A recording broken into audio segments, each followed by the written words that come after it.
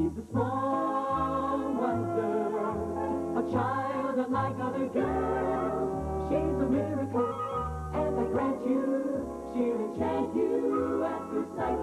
She's a small wonder, and she'll make your heart beat light. La la la la la la la la la la la la la. She's fantastic, made of plastic, microchips here and there. She's a small wonder, brings love and laughter everywhere.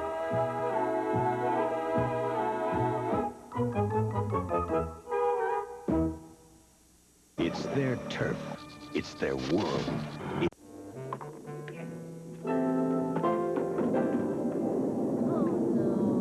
Don't worry, it's just a little power failure. I'll have it fixed in a jiffy. What are you going to do, honey? I got all the wiring in the house hooked up to my computer. All I got to do is plug it into a power source. But the power's out, Dad. You're forgetting one little thing. We've got our own walking, talking little generator. Come here, Vicky. Raise your arm. Turn around. And let there be light. And on the 7th day, I rested. Well, just a little nap. Ted, look. Dad, you better do something. Smoking could be hazardous to her health. I must have overloaded her circuits.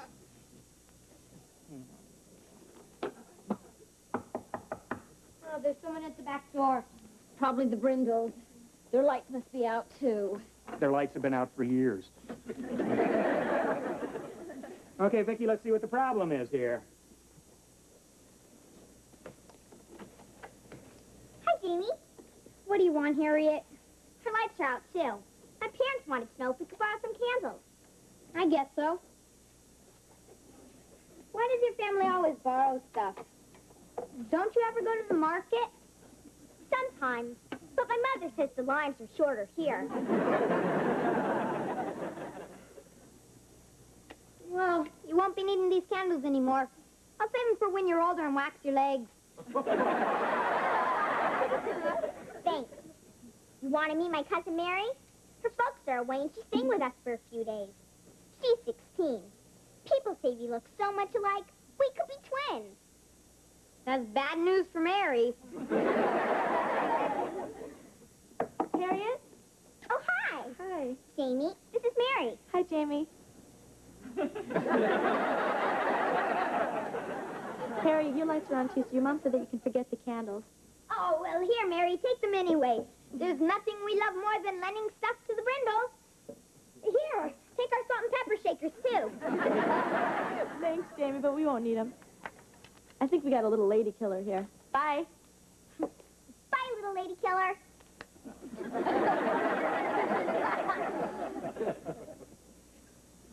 There. That should fix the problem. You had us worried, Vicky. Well, we can finish our game now, okay? Okay. Now game our finish, can we? What'd you say, Vicky? Okay. Now game our finish, can we? Ted, she's talking backwards. Yeah. That overload must have damaged her more than I thought. Let's see. Well, of course. The radiothermonic generator is malfunctioning, and the RPG fluctuations are oscillating out of sync. That makes sense. Can she be fixed? No, I'm going to have to pick up some parts from the plant tomorrow. Well, unfortunately, I think that's her only problem. Vicky, go to your cabinet and stay there. There, staying cabinet, you're to go. Oh, boy. Boy-oh.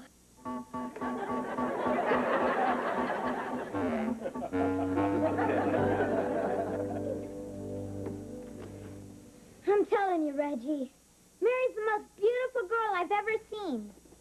I can't get her out of my mind. She's like a human Twinkie. So what you gonna do about it?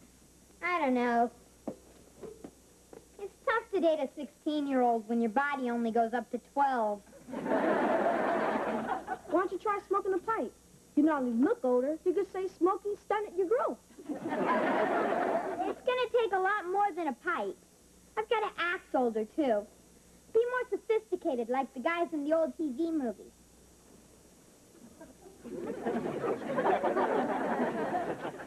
How do I look? Like you have to go to the bathroom. Jamie, you're dreaming. Your elevator's stuck between floors. Look, I'll see you later. Oh, and give me a call when you get back from Fantasy Island. Big help you are. Oh, hi, James. Listen, I gotta go to the plant to pick up some parts to fix Vicky. You wanna go? No, thanks, Dad. But I really could use some advice. Advice? Sure, James, you got it. Have a seat, huh? Dad, do you know anything about women? Not anymore, Jamie. I got married. Come on, I'm serious.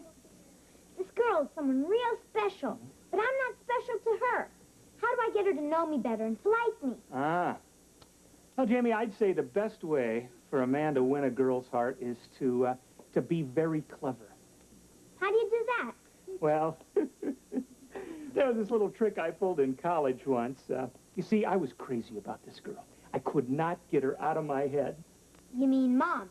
No, her roommate. Barbara Edinson. Va-va-boom, Jamie. I mean, when this girl smiled, you could hear violins. Now, this is where the clever part comes in. You see, your mom was crazy about me, but I wanted to date Barbara. So I'd ask your mom out, right? But I'd ask her to bring Barbara along, too, you know, using some excuse, right? So Mom was your second choice? No. As it turned out, the more I was with your mother, the more I realized that she was the one that I really loved. But I still think that what I did was pretty gosh darn clever. You know what I mean, Jane? Thanks, Dad. That was a big help. Yeah, anytime, Jane. Hi, guys. Can Vicky come out and play? No, Harriet. She's not herself today. How about you, Jamie? You want to play? I've got nothing to do until Mary comes home. Did you say Mary? Uh-huh. Harriet, have I ever told you that when you smile, I hear violins? Violins? Oh, Jamie, how would you like to come to the movies tonight? Oh, be still my heart. I take that to yes. I'll pick Mary up at 6. What's Mary got to do with it?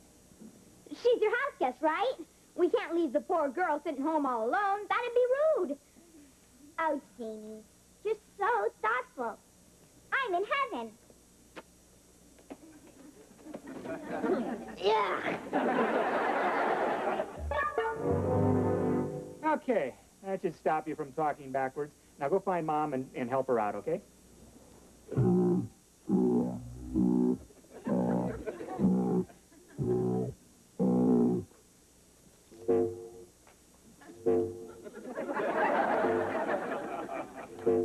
Well, back to the old drawing board.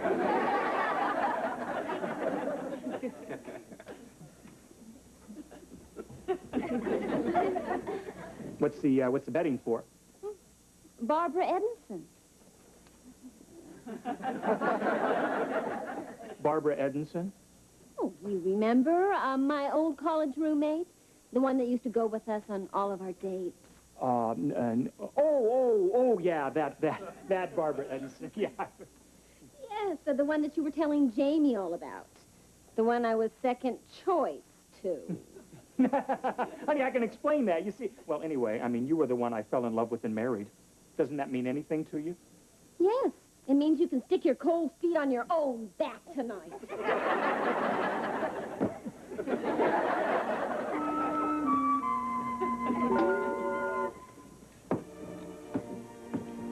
You look beautiful tonight, Mary.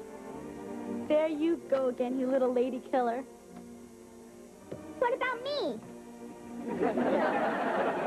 Well, like you said, Harriet, you two look like twins, so you must look beautiful, too. Jamie, you and your sweet talk. And me and my sweet ear. Harriet, would you like some popcorn? I'd love it. Then go get it. Well, I mean, it'd be rude if I left you two sitting here all alone. Jamie, you're so gallant. And take your time.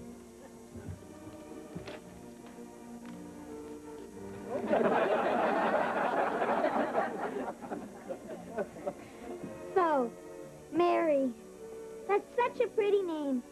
I bet you were named after the Virgin Mary. Close, Mary Tyler Moore. Well, I really like the perfume you're wearing. I'm surprised. Most boys your age wouldn't even notice it. That's because I'm more mature than the average 12-year-old. I even shaved tonight for you. Really? Isn't it bad to shave Peach Fuzz? Peach Fuzz? You kidding? I get my 6 o'clock shadow at 2 o'clock.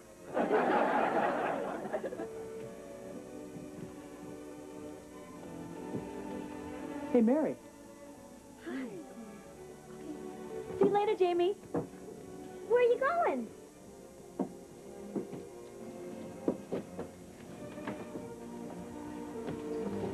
I'm back, my love. Miss me? Where's Mary? Oh, great! Now I got you all myself, sweet pea. Terrific. Next Home Improvement as the tool man become the cruel man.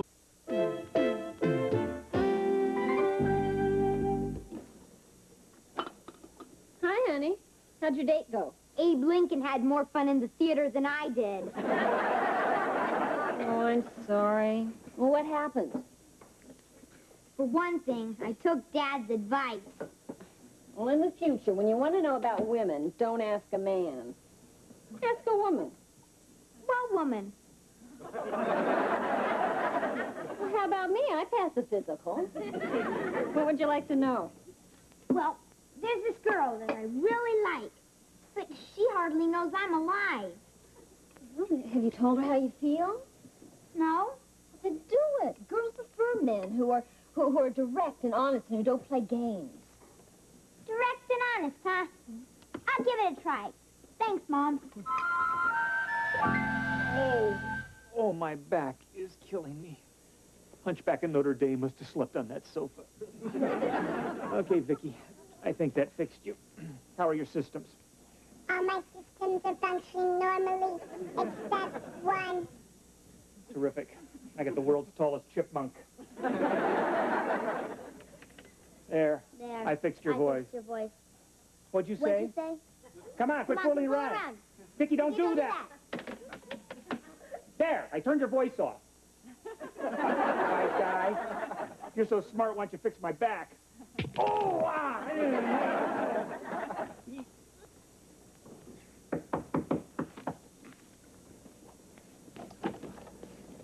Hi, Heartthrob.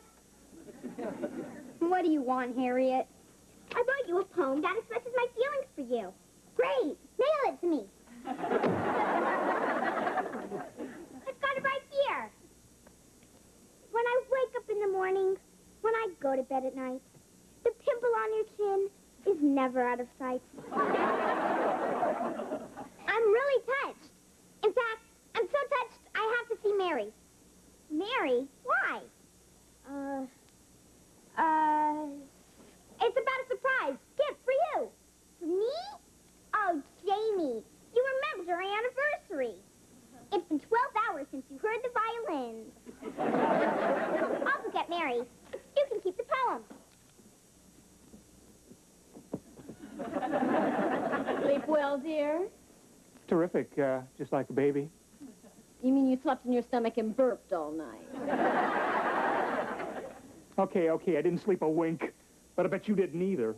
Are you kidding? There's a lot to be said for controlling your own electric blanket. I also like your side of the bed. It's a shorter walk to the bathroom. Okay, you got me over a barrel. You can also say you're sorry for pulling a dirty trick like using me to get at my roommate. Okay, I'm sorry. Well, come on, honey, I mean, am I off the hook? Please? Please? Please? Okay, you're off the hook. Shake. shake. You think I'm going to spend the night on the sofa and settle for a shake? Where's Mary? What am I going to say to her? Your mother said to get washed up for lunch. Hey, Dad finally fixed you. He finally fixed me. I'll be in later. I'm busy. I know what I'll say. Mary, my dear, I'll be direct and honest. Let's get married. Nah, that's stupid. She'll think I'm a jerk who says dumb things. But I'm just a playboy who toys with women's emotions. Your mother said to get washed up for lunch. Not now, Vicky. Hi, Jamie. Harriet said you wanted to see me. Yeah, right. Oh, she said also to mention something about a diamond bracelet. Oh, this is my sister, Vicky. Vicky, say hello to Mary. Hello to Mary. Well, hello to you too, Vicky. What do you want to see me about, Jamie? Mary, I'll be direct and honest. Nah, that's stupid. Cut out, Vicky. You want to be direct and honest with me about what? About the fact that I'm madly in love with you. What? Why would you say such a thing? He's a jerk who says dumb things. Vicky. Come on, Jamie, quit fooling around. I really have to be somewhere. I'm not fooling, Mary. There's no use in fighting it. Fate brought us together, and it's going to keep us together. Jamie, this is ridiculous. He's a playboy who toys with women's emotions. Vicky, go. Let's get married. Now, let me be direct and honest with you, Jamie. You're too young and too short. But that's only temporary. Besides, being younger is an advantage. You'll die first, and you'll never have to be a lonely widow.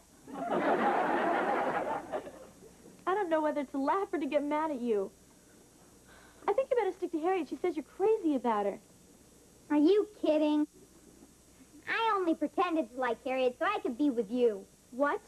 Jamie, that was a terrible thing using Harriet like that. I'm ashamed of you. I don't ever want to see you again. But you will. Because I'm going to be at your side. I'm going to call you. I'm going to write you. I'll walk you to school. I'll carry your books. I'll even brush your teeth after lunch. Jamie, that's enough. Goodbye. The little old lady killer will pick you up at 7 to walk you to school. Sorry.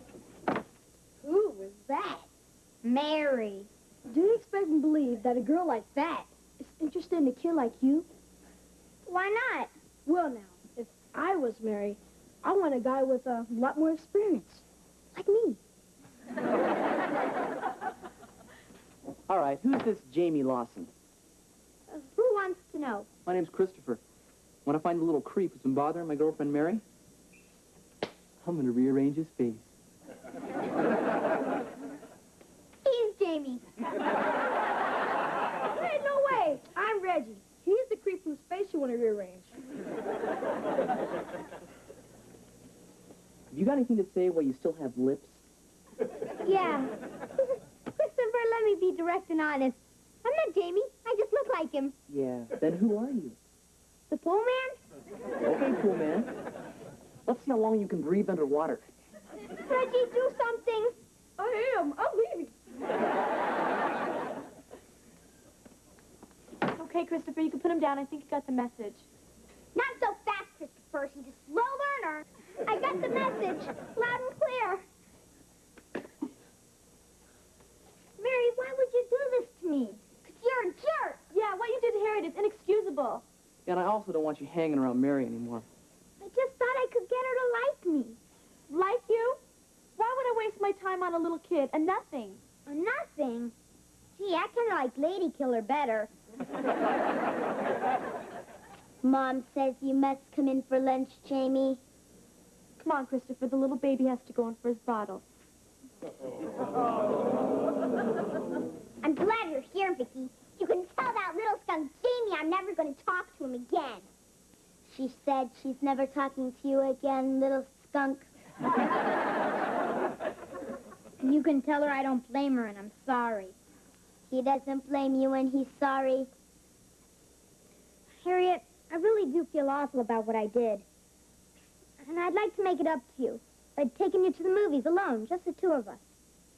Go on. What else? I'll even put my arm around you. All the way around? All the way around. Oh, I love it when you go caveman on me. See you later, sweet cheeks. Bye. Mom says you must come in for lunch now. Ooh.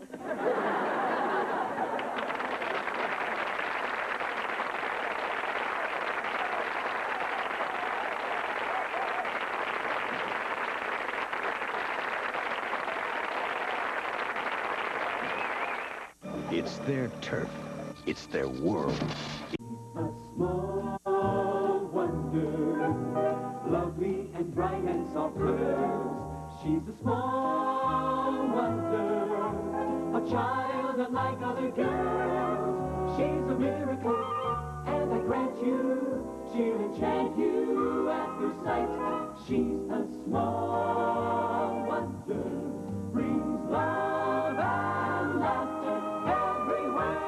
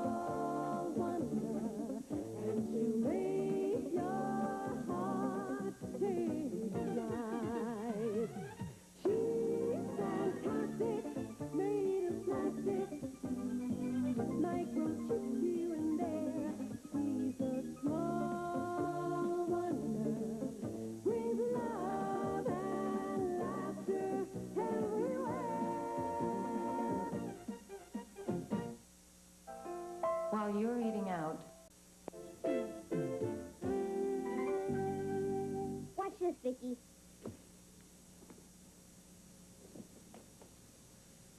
Pretty good, huh? Pretty good. Watch this.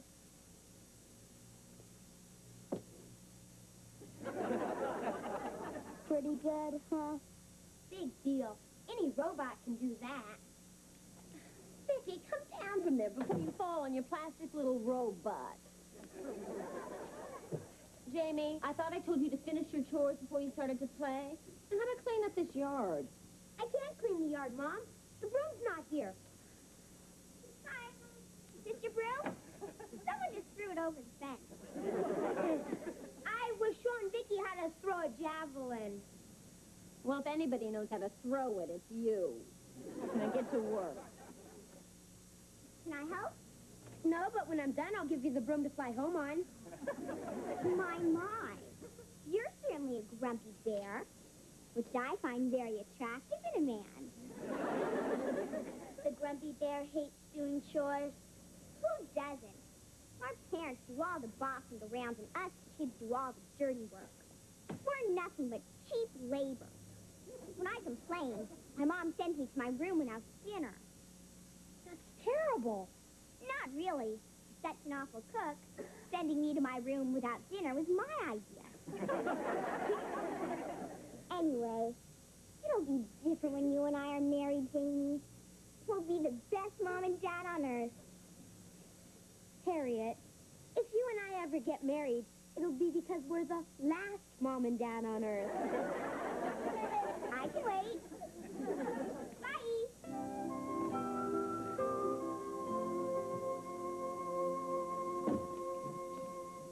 Hi. Hi. Bad day, huh? How can you tell? A kiss on the cheek usually means a bad day at work or garlic toast at lunch. Well, our union's got a new contract coming up, and the guys at United Robotronics have chosen me to represent them at the bargaining table starting tomorrow. Congratulations. But that's good news. Yeah, the bad news is management is being represented by our slimy, pea-brained neighbor. Brandon Brindle. What do you want, Brandon? You had garlic toast for lunch. Teddy boy, I just want you to know up front, there's no hard feelings. Just because I'm going to crush you tomorrow at the bargaining table doesn't mean we can't be friends. Well, of course not, Brandon. There are much better reasons why we can't be friends. Oh, good, Teddy. Keep that sense of humor. You're going to need it. Oh, it would be so embarrassing to see you sitting there sniveling, begging. I've seen that pathetic side of you, but the others haven't. Bye. I just can't believe that management picked that ninny to represent them. Oh, honey, I'm sure you'll handle him just fine. And you know what? You give me a great idea. I've been looking for an exercise to use in my class for American government. And what is more American than a labor union? Well, that solves your problem. But what about my problem with Brandon? I mean, how am I supposed to negotiate a raise with a man who is so cheap his guest bathroom has a pay toilet?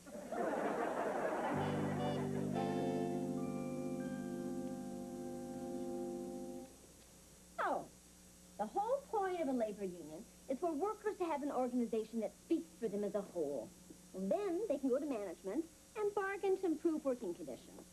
So, tomorrow I'll be the management in our exercise, and you'll be the labor union, and we'll negotiate.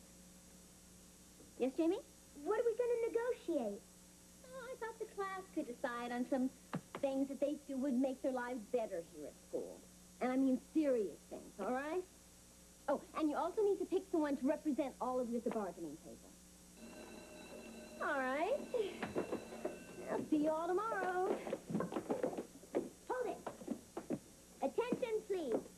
Fellow union members, if you really want to stick it to the management, I nominate a man to negotiate for you who's intelligent, fearless, and a great-looking jock. I nominate me. If anybody knows how to throw it, it's Jamie.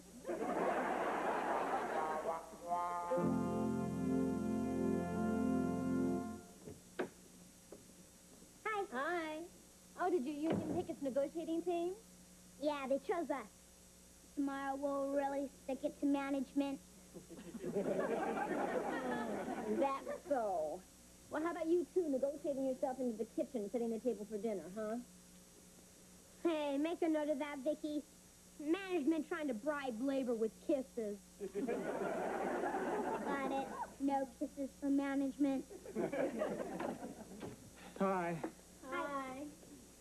Are you management? No, I'm labor. Then it's okay to kiss me. How did the negotiations go with Brandon? Terrible, frustrating, the worst. My, you're certainly a grumpy bear. Which I find very attractive in a man. Well, it went pretty much as I expected. I presented our demands, and Brandon sat there breaking pencils with his teeth. So I tried to slip in a metal letter opener. Dad, do you mind telling me some of your bargaining points? I'm doing a little research for my class. Oh, well, we're asking for a 10% pay hike, a 3% increase in profit sharing, and a better health and dental plan. What did Brandon say to all that? Well, in his own mature way, he said... What does mean? It means kiss off. I'll make a note of it. I'll get it. Oh, no, you don't. You've got your after-school chores to do. Get into the kitchen. Looks like management sticking it to us. Hi there. Hi, Jody. Well, you put on a pretty good show today, Teddy. I almost caught myself listening once. Brandon, I know you were listening because I heard my words echoing in that Grand Canyon between your ears. Funny. Listen, Teddy, play ball with me in these negotiations, and one of these days you'll be management like I am. Brandon, are you hinting at a bribe? No, I'm coming right out and saying it. Listen, just accept what I have to offer. We'll get everything over quickly. You'll be a hero. No? Well, I think it'd go just as quickly if you accepted everything I had to offer, then you'd be a hero. Not a bright one, but a hero. Gee, I never thought of it like that. Well, when you put it that way, just let me say this. Speaking for management,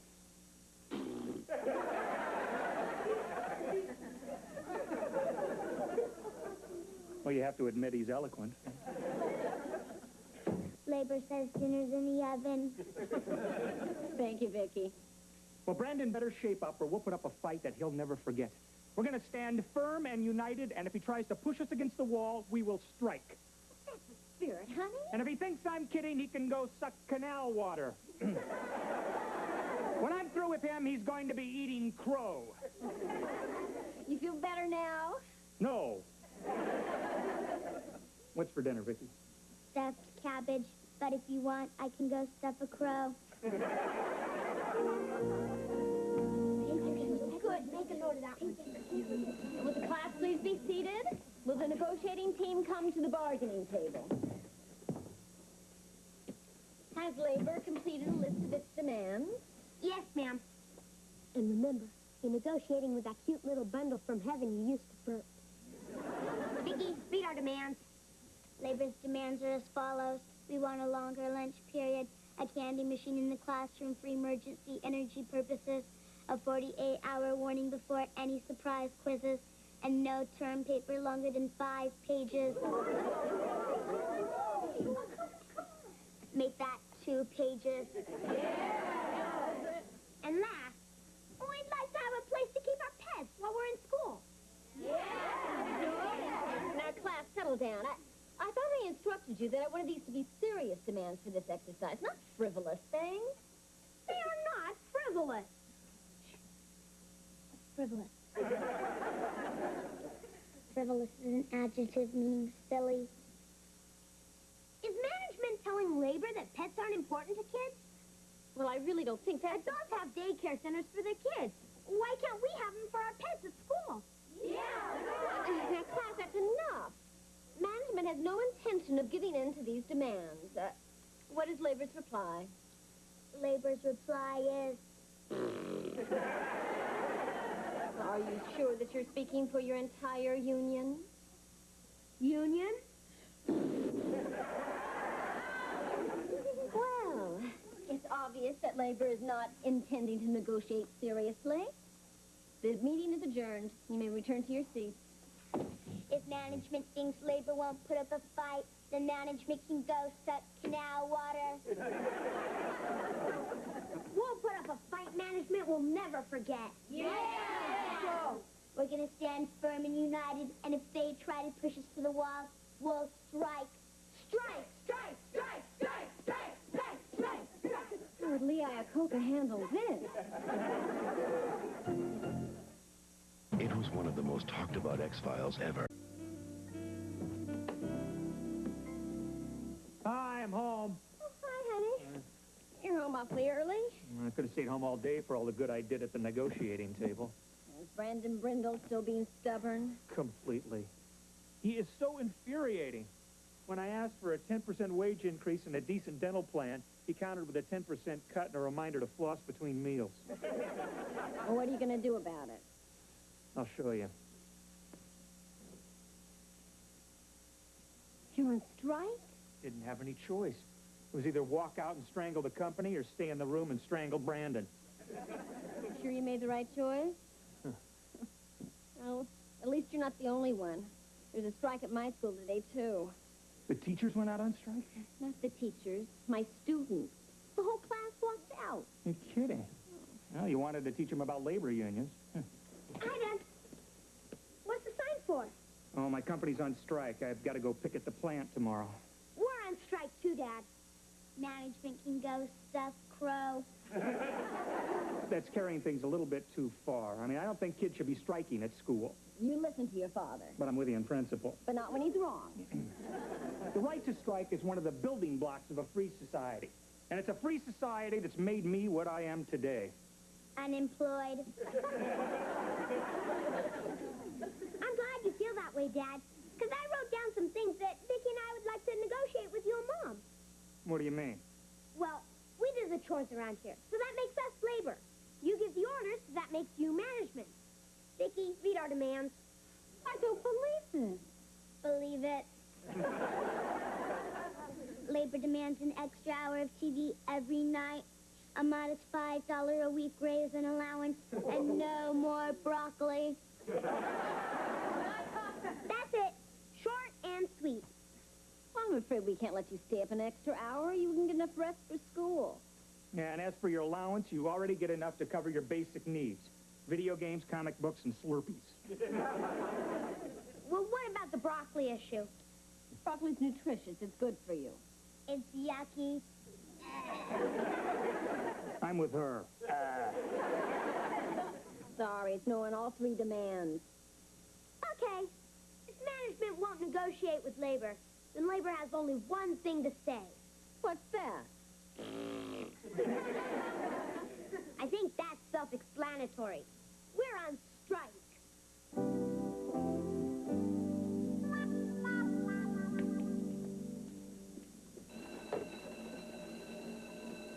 All right, you've made your point. Come into the classroom. It's over. They say it ain't over till the fat lady sings. I mean it, kids. Come into the classroom. Is management ready to negotiate, Mrs. Lawson? I told you I'm not going to discuss your silly demands. But it's not fair. You said you wanted us to learn about unions and bargaining and all that stuff, didn't you? Well, yeah. And how do you expect us to learn if you won't let us do what you're trying to teach us? No talk, we walk. Strike, strike, strike, strike, strike, strike, strike, pull it, pull it.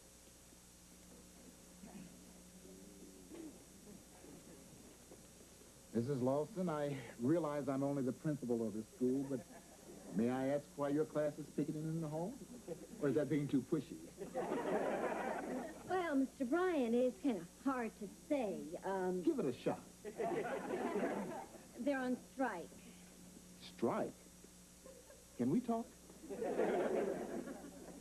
Miss Lawson, this better be good. Well, if you recall, Mr. Bryan, I cleared this class assignment with you on labor unions yesterday. Yes, but I don't recall giving my approval for a strike. That was their own idea. Mr. Bryan, I know this is a little extreme, but I think they're about to learn an important lesson here. I would really appreciate it if you just let me play this out a little longer. Well, okay. Thank you, Mr. Bryan. Now, would you get them back into the classroom before the whole school joins them and we end up on 60 Minutes? Boys and girls, will you please come into the classroom? Management is ready to negotiate your demands. Yeah!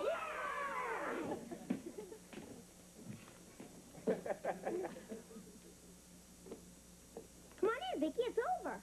I ain't stopped until the fat lady sings.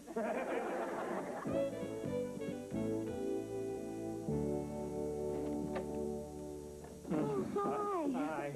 How's it on the picket line? Honey, it was so hot out there, my feet feel like baked potatoes.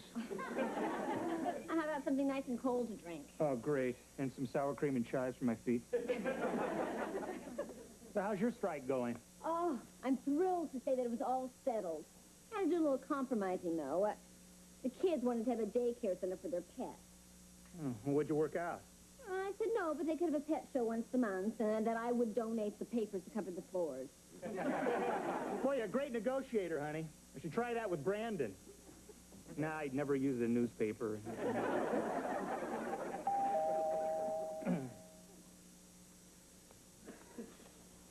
Hi there. Oh, you look terrible. Rough day on the picket line? Brandon, if you're not talking to me at work, I'm not talking to you at home. Now, Teddy, Teddy, Teddy. Don't Teddy me. I'm not talking to you. Now, don't be a pig-headed fool. This strike is all your fault. Yeah, well, how about hitting the road, jerk? What are you calling a jerk, you toad? Okay, you're not a jerk. You're a jackass. Why, you worm? That's an insult. Yeah, to the jackass.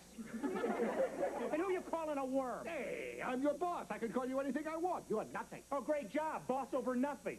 Oh, come on. Will someone tell me what's going on here? The jackass told the toad to strike with the toad's fault, so the pig-headed fool told the jerk to hit the road. Vicky, why don't you go outside and play with Jamie while I talk to the animals? Randall, why did you come over here? Because I'm a sensitive, caring man. I felt terrible sitting up there in my office, all air-conditioned and cool, raking in the big bucks. Teddy's out on the hot bricks, starving to death.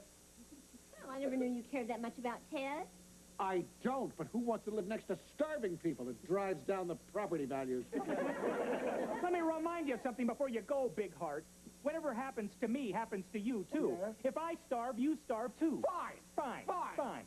What do you mean I starve, too? Just what I said. If labor's out of work, then management has no one to manage. You'll starve to death with the rest of us peasants.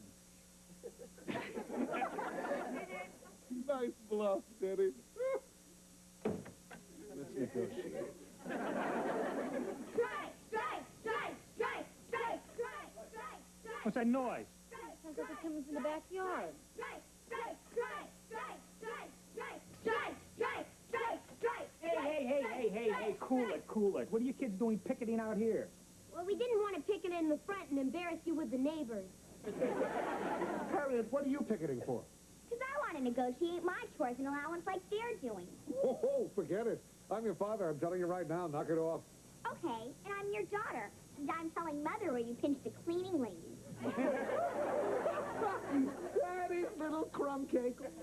I tell you what, why don't we negotiate this over a big bowl of ice cream? I'll see you later, Teddy. We can finish our negotiations tomorrow. They're only about money. And ours are about life and death, too. Now what about our negotiations, Dad? Okay, let's go inside and work things out. All right.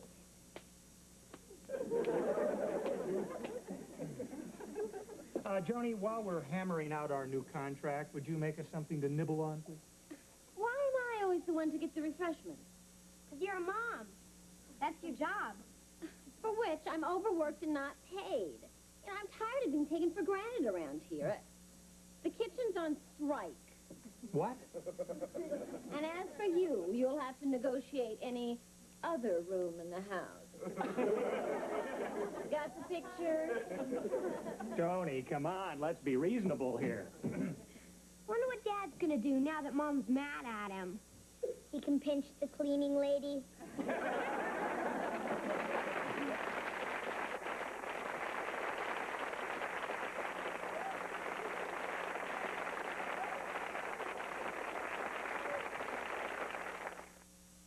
You know, when the car...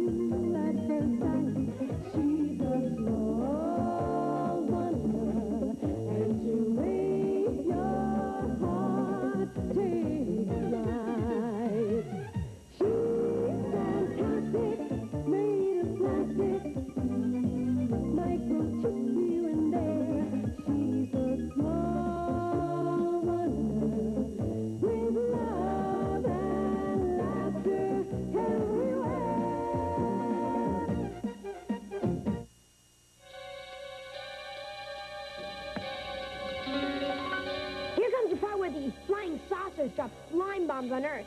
Watch what happens. Thanks, I needed that. I can't help it, Jamie. Science fiction movies really scare me. Well, this part's even more scary. Watch what happens now.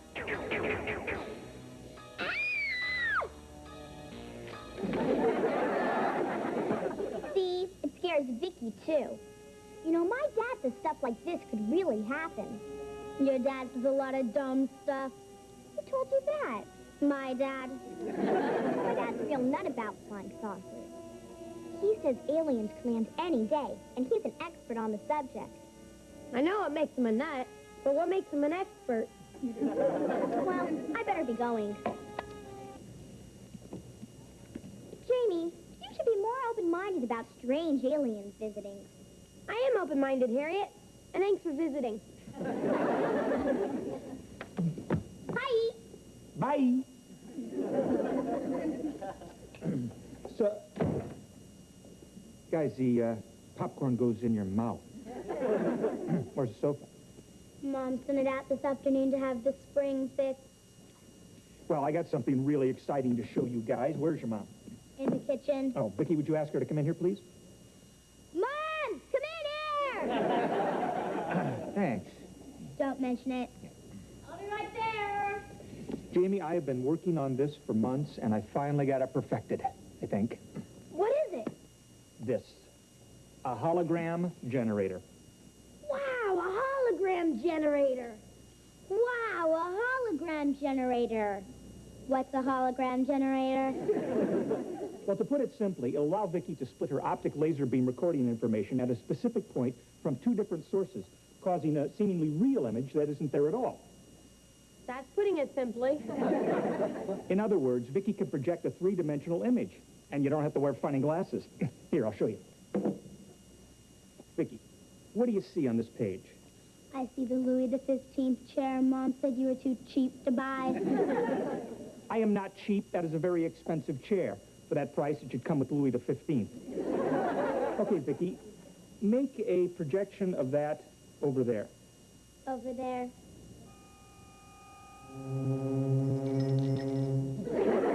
It's incredible. Hi, honey.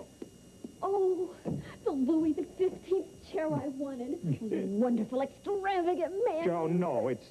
Oh, you shouldn't have.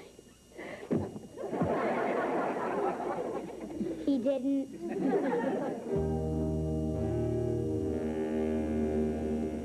Vicki, we're gonna have a little fun with your new hologram generator. Can you make anything appear? Anything I've seen. Hi, Lumberlump. Can I come over? No, Harriet.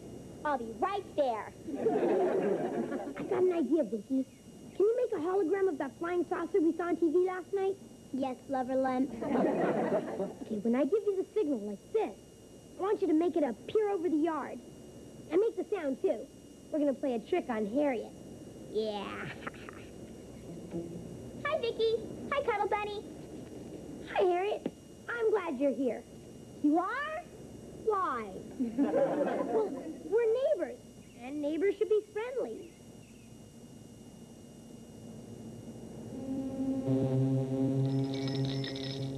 You know, play together and stuff. What do you think about that?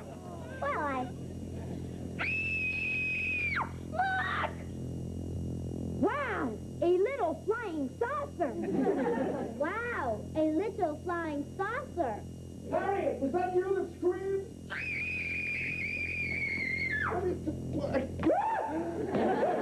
They're here! They're here! I knew one day they'd come. Well, you should have been here a minute ago, Mr. Brindle. A little green man beamed down from the little saucer and ran into the bushes. I'll get my camera. Keep him busy. Okay, Vicki, you can turn it off.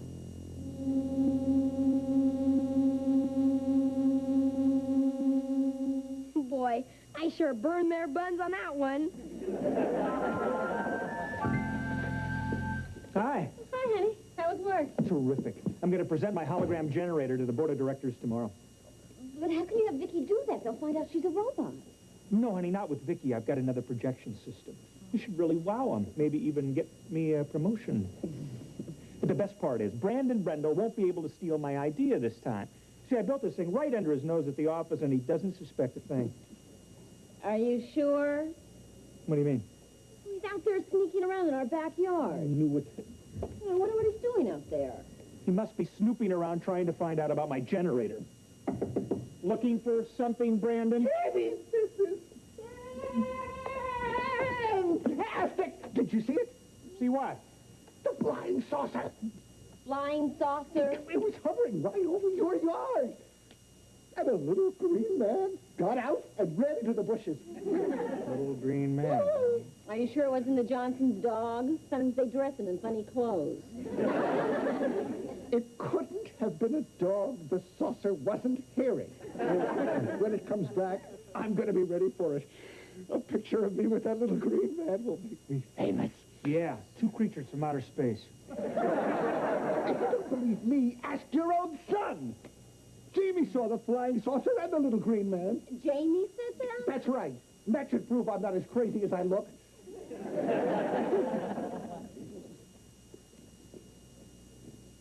Well, what do you think, Ted? I think I smell a little teenage rat at the bottom of this.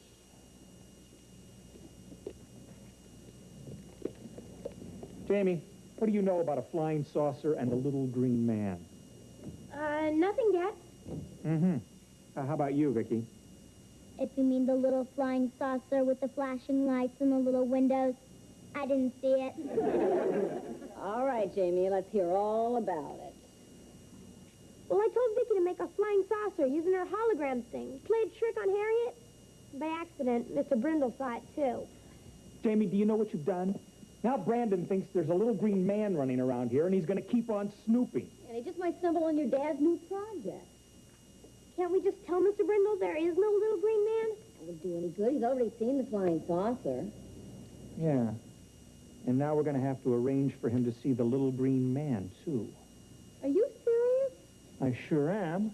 And as soon as he sees it, we'll have it zoom off into space forever.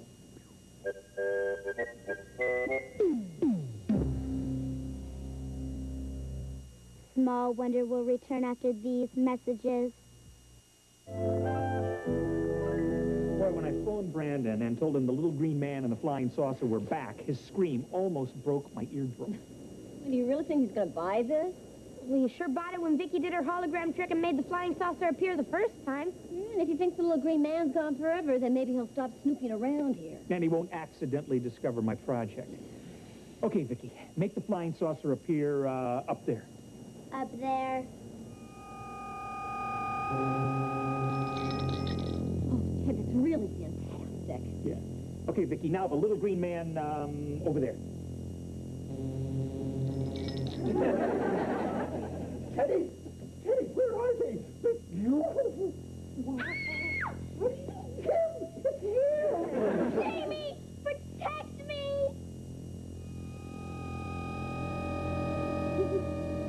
Look, he's going back into his spaceship. No!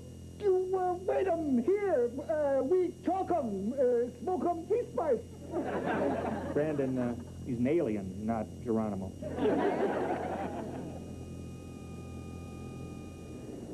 It's gone. Oh, no! I forgot my camera. Now I'll never be able to prove that I actually saw a flying saucer. Well, the important thing is that you know you made contact with an alien being. You're right. You're right. I have actually had a close encounter of the third kind. And I'm having a close encounter of the best kind.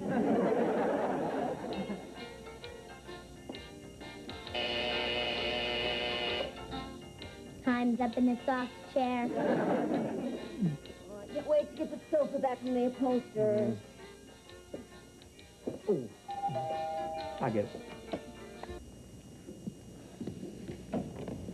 Teddy, hi. There's somebody I want you to meet. This is Colonel Carl Kramer, United States Air Force. Air Force. Evening. Nice to meet you. Please, come in. I'd like you to meet, this is my wife, Hi. Joan, this is my daughter, Vicky, and this is my son, Jamie. Troopers? Hello, fly boy. So, what can we do for you, Colonel? Well, Colonel Kramer is here at my invitation to investigate my UFO sighting. Oh, well, that, I don't know what there is to investigate, Colonel. I mean, that UFO is gone. Probably halfway to the Milky Way by now. With the little green man. Well, while the supposed little green man was here, did anyone talk to him? Mr. Brindle did. Oh? What did you say? He said, No, you wait 'em, we talk 'em, we smoke 'em peace pipe. Make up your mind, Brendel. Was it a little green man or a little red man? No. It was a little green man. They'll tell you. Little green man. Jamie, why don't you take Vicky into the kitchen and finish her homework? But I already finished my homework. He's trying to get rid of us, dummy.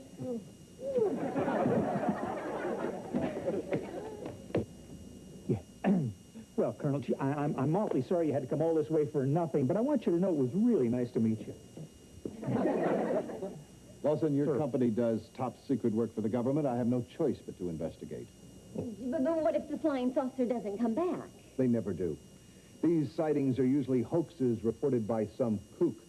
But when someone like Brendel, a supposedly respected cybernetics engineer, an upstanding citizen... Peach of a guy. Yeah. When someone like that reports it, well, it casts a different light on it. We won't bother you. We'll just bivouac in your backyard for the next couple of days. Couple of days? Brendel, will you help me set up the equipment? Sure. I'll even bunk down with you. We can scan the heavens together. 2 heads are better than one. You should know. Great. Ed, isn't there some way to get rid of them? Well, only if Brandon tells the Colonel that the whole thing's a hoax and that he's a kook. I'm sure the Colonel already thinks that Brandon's a kook, but he would never tell him it was a hoax. He would if a certain someone asked him to. Who's that? The little green man.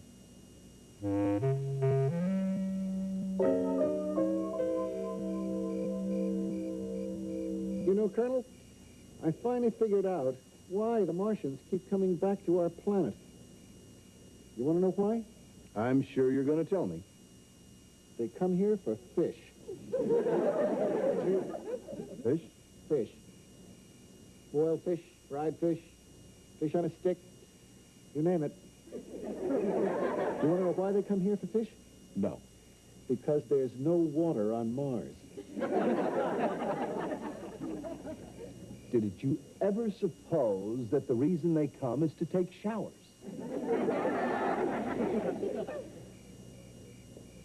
Boy, you're good. No wonder you've got all that fruit salad on your chest.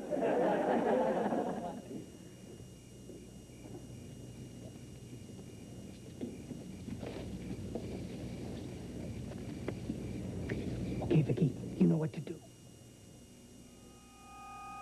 You know, Colonel, it is just possible that maybe some... He's back, the little green man! Where? Over there! I don't see any little green man.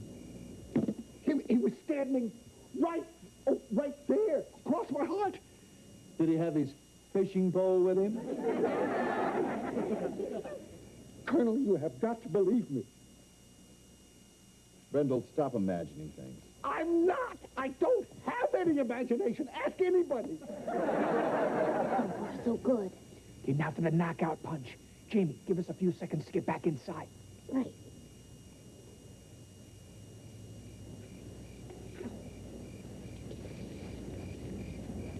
Mr. Brindle? Dad said he wanted to talk to you. It's very important. Not now, Jamie. The Colonel and I are soldiers together on this mission. It's okay, soldier. But, Colonel... Chin, hut. Left, face, forward, march. Hut, hut, hut, hut, hut, hut, hut. What a weenie. What is it, Teddy? Make it fast, huh? Brandon, we saw the little green man in the house. No! I just saw him outside! He spoke to us. No. Yeah. He said he wanted to speak to you. Me? What did he want? He didn't say, but it must be very important.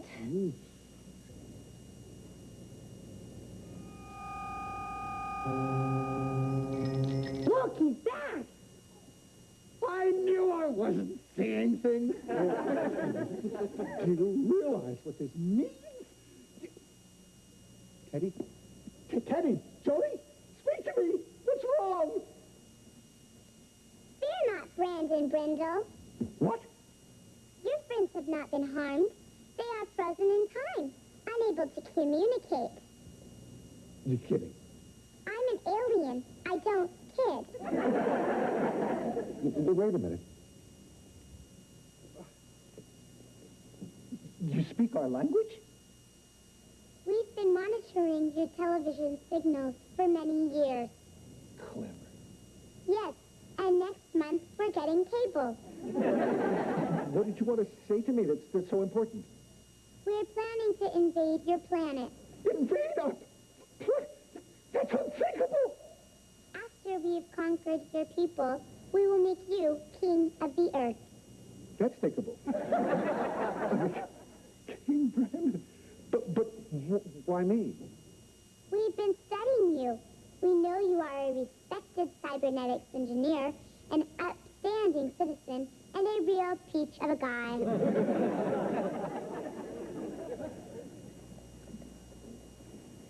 Me, Brandon Brindle, king of the earth.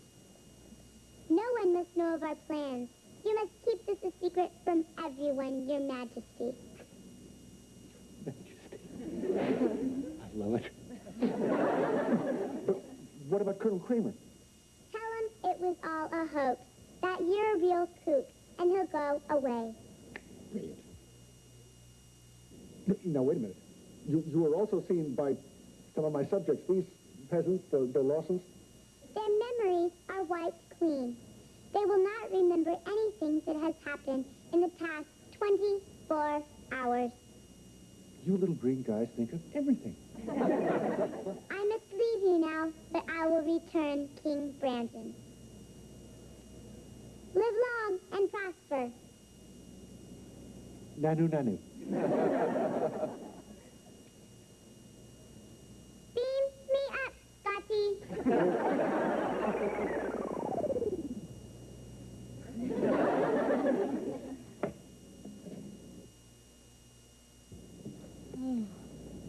Brandon, what are you doing here? You don't know? No. Listen, tell me, you guys, any of you ever seen a little green man? No, but after a party once, Dad saw a pink elephant. Could I get a cup of coffee? It's awfully cold outside. Who are you? What do you mean, who am I? Colonel Kramer, old buddy. Listen, you know about the flying saucer, little green man, all that stuff? You're gonna laugh when I tell you this. I made it all out. It's a hoax. You mean I'm out there freezing off my brass buttons for a hoax? I'm a kook. Ask them. Oh, he's a kook, all right. Oh, real fruitcake. And his lights are on, but there's nobody home. He's a real cuckoo clock. Brindle, you could be arrested for this. The next time you want to see a creature from outer space, I have a suggestion for you. What? Look in the mirror.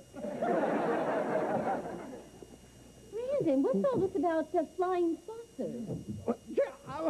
No time for explanations now. I have a lot of shopping to do. Where can I get a throne cheap? All right!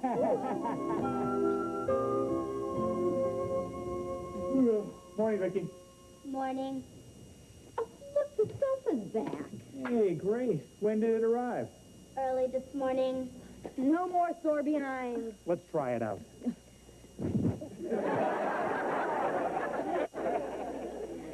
I really burned your buttons on that one.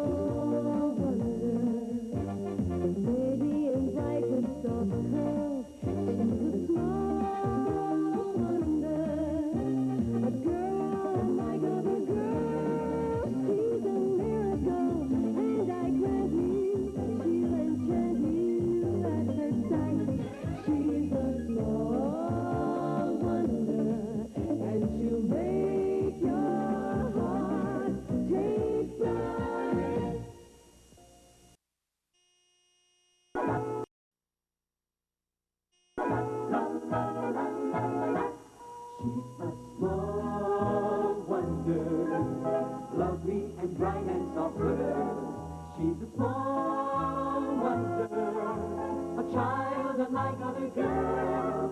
She's a miracle, and I grant you, she'll enchant you at first sight. She's a small wonder, and she'll make your heart take flight. La la la la la la la la la la la la la la. She's fantastic, made of plastic, microchips here and there. She's a small wonder, brings love and laughter everywhere.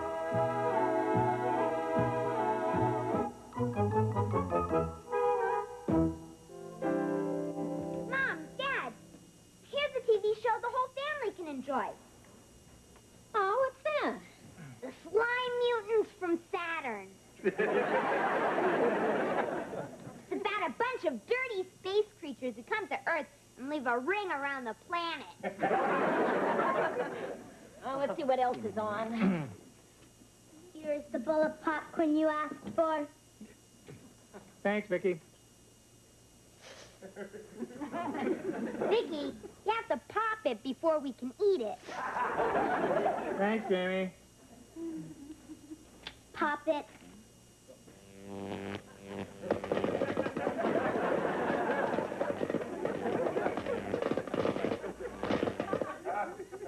Eat your heart out, Orville Redenbacher. Ow, ow, ow, ow, ow, ow, ow, ow. Oh, see who's at the door, please, Vicky. And remember to look through the peephole first. Look through the peephole first. Well, who is it, Vicky? Harriet's outside. That's a good place for her. Vicky, let her in. Hi, Vicky. Hi, everybody. Hi. What are you doing? I was just getting ready to watch some TV, Harriet. Can I watch too? I can't watch it at home. What's the matter? Is your set broken? Yeah. My mom threw it at my dad.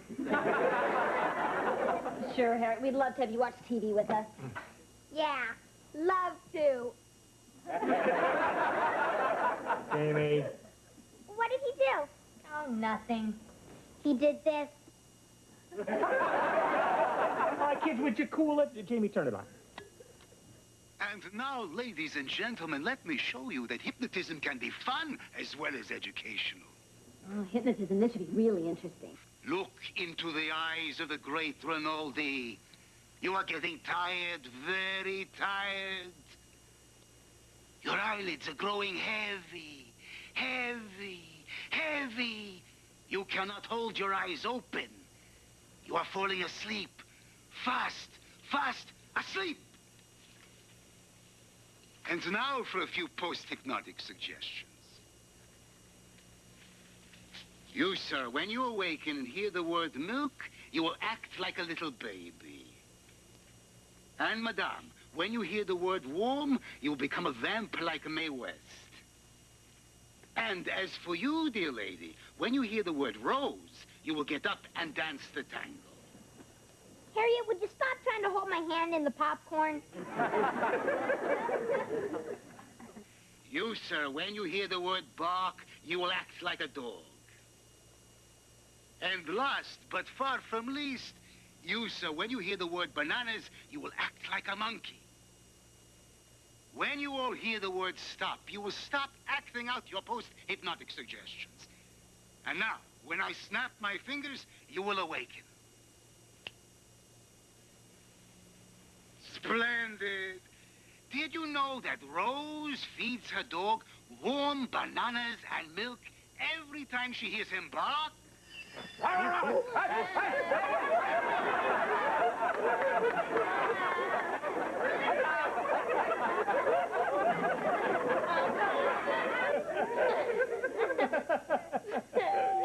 I get it.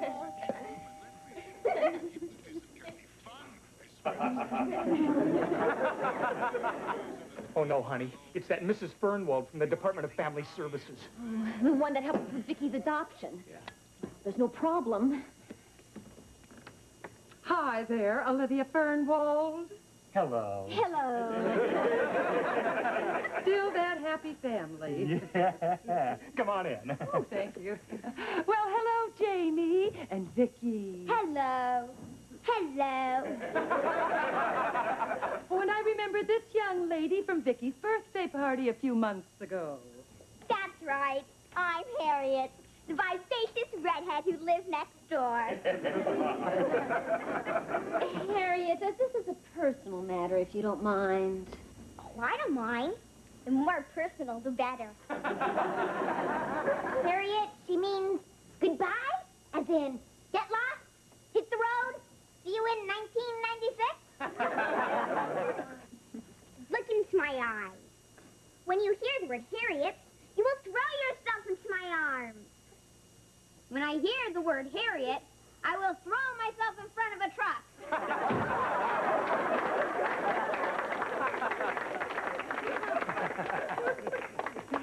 To what do we owe this pleasant surprise, Mrs. Fernwell? I've come on a mission. Well, there's no problem with Vicky's adoption, is there? Au contraire. That's French, n'est-ce pas? We've been following Vicky's progress closely since you adopted her. And I am delighted to tell you that the Department of Family Services has voted you the Adoptive Family of the Year. Congratulations. Well, that's quite an honor. Well, it certainly is, and we're very proud. Aren't we, kids? Proud, proud.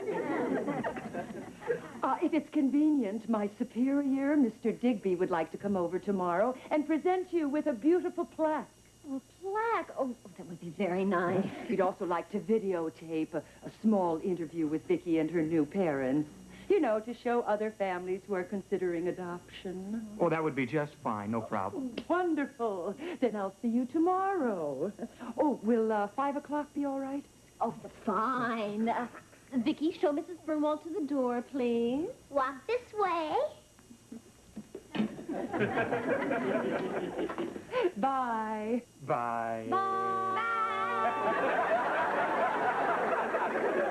Bye, sweetheart.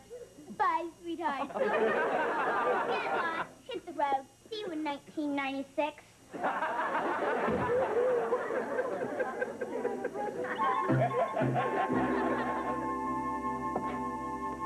Hi.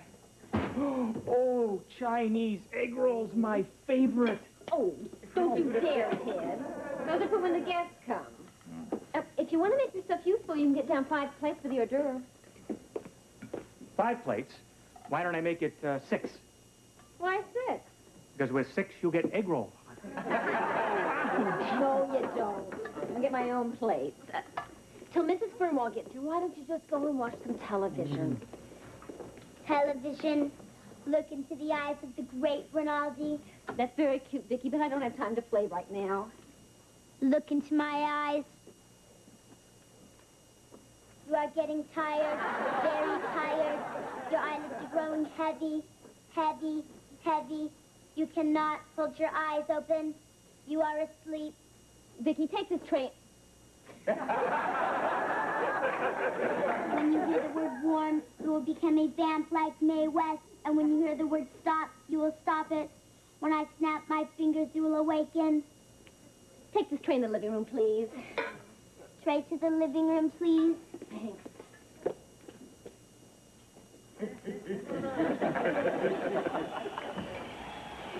Oh, Vicky, thank you. Don't you dare, Ted. Those are for when the guests come. Look into the eyes of the great Rinaldi. Not now, Vicky. I'm watching it. Look into my eyes. You are getting tired, very tired. Your eyelids are growing heavy, heavy, heavy. You cannot hold your eyes open. Vicky, would you go play with Jamie? When you hear the word banana, you will act like a monkey. Your father said for me to play with you. Look into the eyes of the great Rinaldi. Not now, Vicky. I'm doing my homework. Look into my eyes.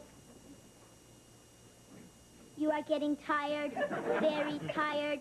Your eyelids are growing heavy, heavy, heavy. You cannot hold your eyes open. Really, Vicky, When you hear the word milk, you will act like a baby. Hypnotism can be fun as well as educational.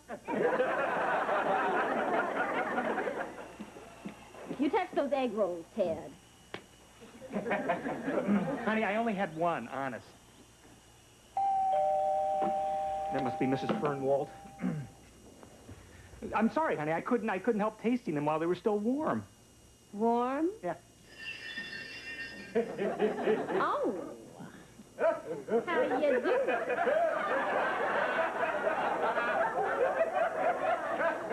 Tall, dark, and handsome. Who? Me? What? Why don't you come up and see me sometime? Come up where? What's come over you? Mrs. Fernwald is at the door. Let her get her own man. Joan, what are you doing? I have to answer the door. Later, handsome. Joan, stop it. Stop this. Ted, there's no time to get romantic. Mr. Fernwald's at the door.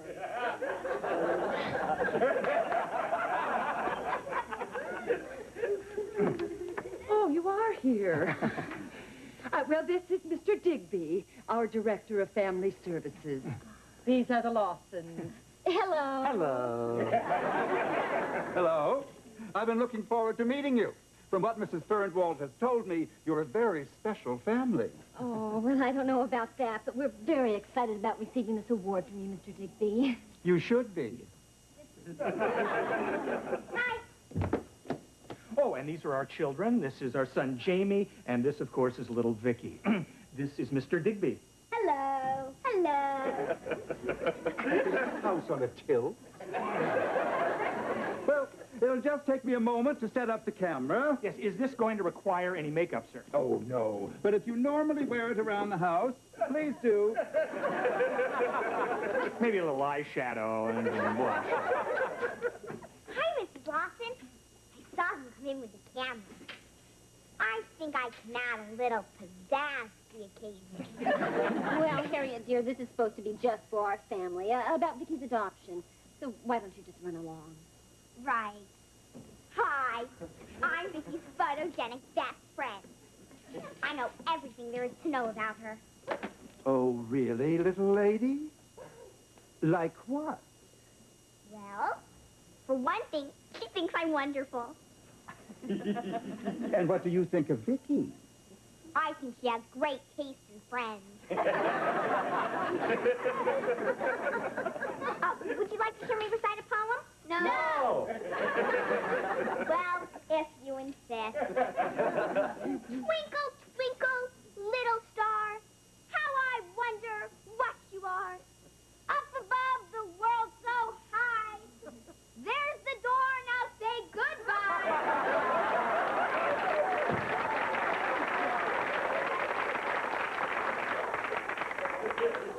Unusual child, isn't she?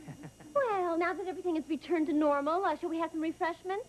Vicky, go get some coffee, please. The coffee. An egg roll, Mr. Digby. Thank you. Mrs. Fernwald? Oh, I'd love one, but I'm on a little diet.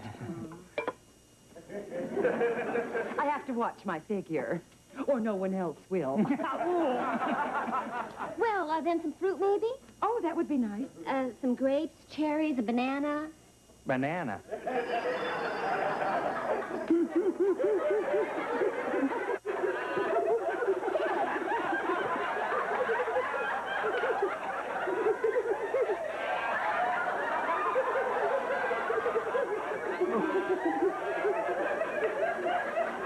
You chose this monkey to be Father of the Year?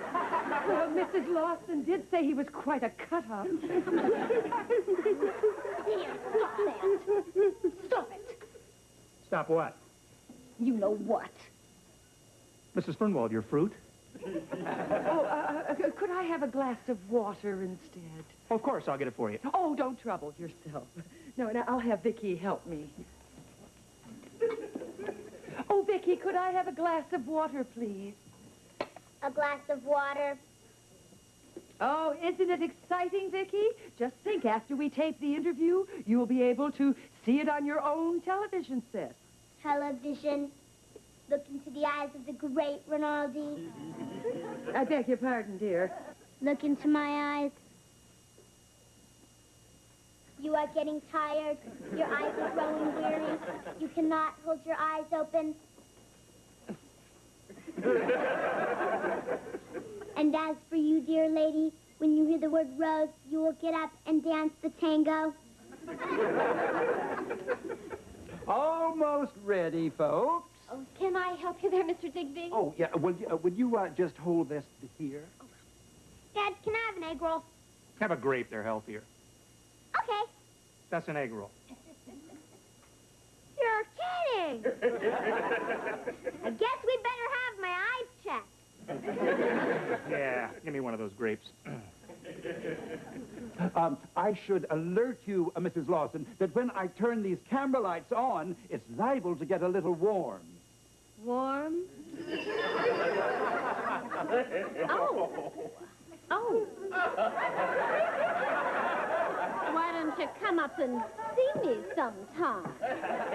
I beg your pardon. You're quite a hunk. Mr. Lawson! Dad, how much do we really know about Mom? Mr. Lawson, stop this! Stop what? Joan, dear, what has come over you? Yeah, I'm sorry about that, Mr. Digby. Sorry about what? Joan. Now then, shall we get started? The sooner we finish, the better. Oh, no. I left the videotape cassette in the car. I'll be right back. Oh, this is going to be such fun. Fun. Hypnotism can be fun as well as educational. Rose feeds her dog warm bananas and milk every time she hears them bark.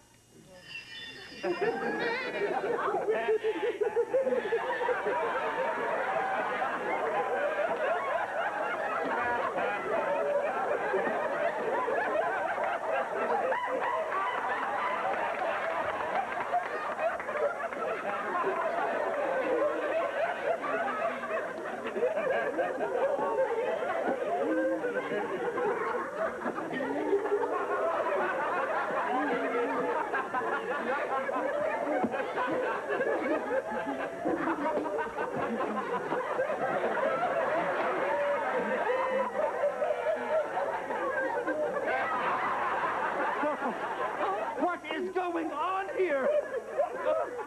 You've all gone crazy! I am not your dada! You can run, but you can't hide, big boy.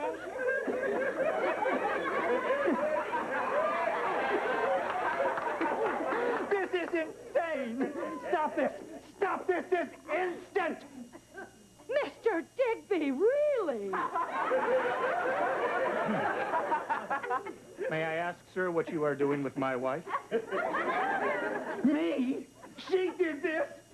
You're all wacko. Whatever are you talking about? Don't play innocent with me. You were just dancing around the room with this flower in your mouth. And you, acting like a monkey, while your son here was pretending he was still in diapers. Not to mention this brazen hussy. You're a fine example of family of the year. This all sounds very familiar. I am the great Rinaldi. Look into my eyes. You are getting sleepy. That's it. We saw this on television last night. Yeah, Dad. Dickie was watching with us. Well, if what Mr. Digby says is true, then Vicky must have hypnotized all of us into acting that way. Oh, is that possible? With Vicky, anything's possible. Well, in that case, we have nothing to worry about. Mr. Digby's bite is not as bad as his bark. Bark?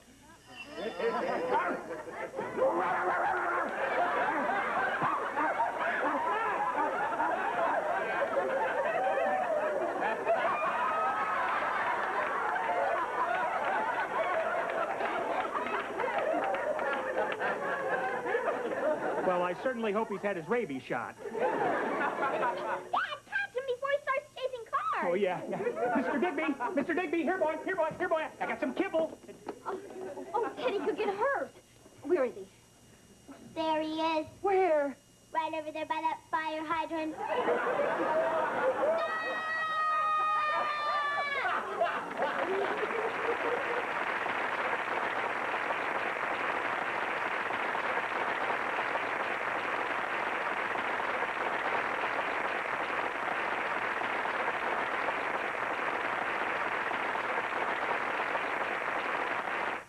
Small wonder, lovely and bright and soft girl. She's a small wonder, a child unlike other girls. She's a miracle, and I grant you, she'll enchant you at first sight.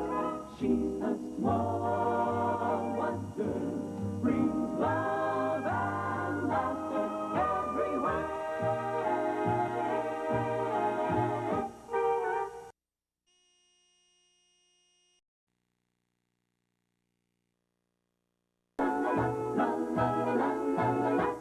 She's a small wonder, lovely and bright and soft girl. She's a small wonder, a child unlike other girls. She's a miracle, and I grant you, she'll enchant you at first sight. She's a small wonder, and she'll make your heart take flight. La la la la la la la la la.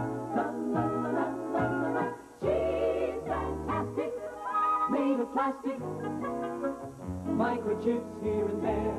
She's a small wonder, brings love and laughter everywhere.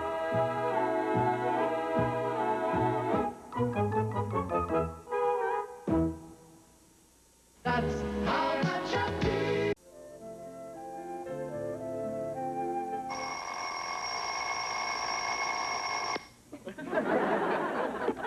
Good morning, Jamie.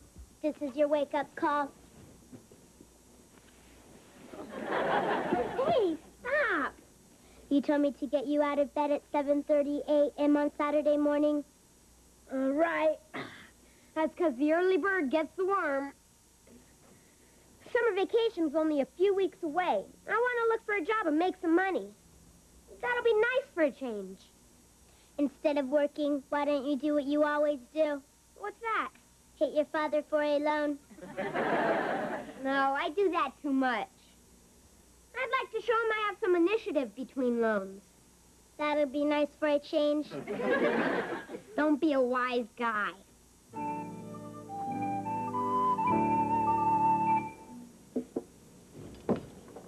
Breakfast ready, Hen? Oh, just about. Flapjacks. Yeah. My favorite. Flip me a stack, Vicky.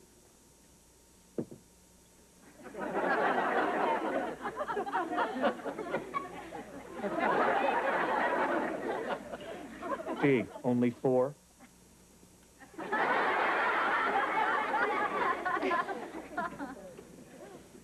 Don't expect a tip. Jamie, put away the paper. You can read the comics after breakfast. I'm not reading the comics, Mom. That's for kids. Yeah, Mom, that's for kids. Garfield eats Snoopy yet? The want ads. The one ad. Oh, all my friends are getting summer jobs to make a little extra dough, so I thought I would, too. I've been a burden on you and Dad long enough. Oh, get your boots on, honey. Getting a little deep in here. I mean it, Dad. Ordinarily, I'd hit you up for a raise in my allowance. That was before I matured. You hit me up for a raise in your allowance just yesterday. See how fast I've matured? How about some breakfast, Vicky?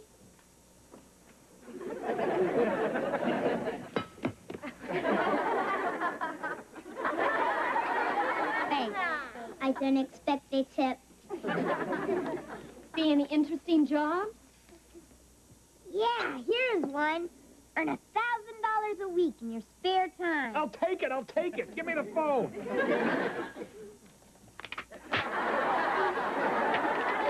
Phone.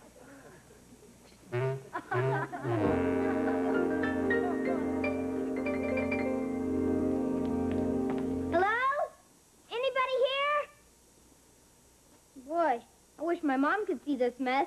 Makes my room look good. Hiya, kids. What can I do for you?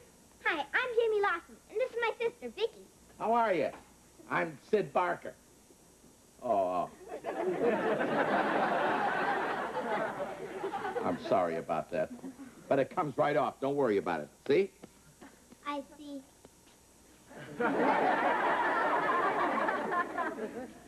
Mr. Barker, I'm looking for a part-time job. One that pays $8,000 a week. Without the use of a handgun? I'm not afraid of hard work, Mr. Barker. Look, kid, I like your spirit, but I think you're a little too young. Oh, I'm not too young. I'm a mature 12. 12? I got socks older than you. Excuse me. I've got to do something quick to prove to him that I'm a terrific worker. Hey, got it.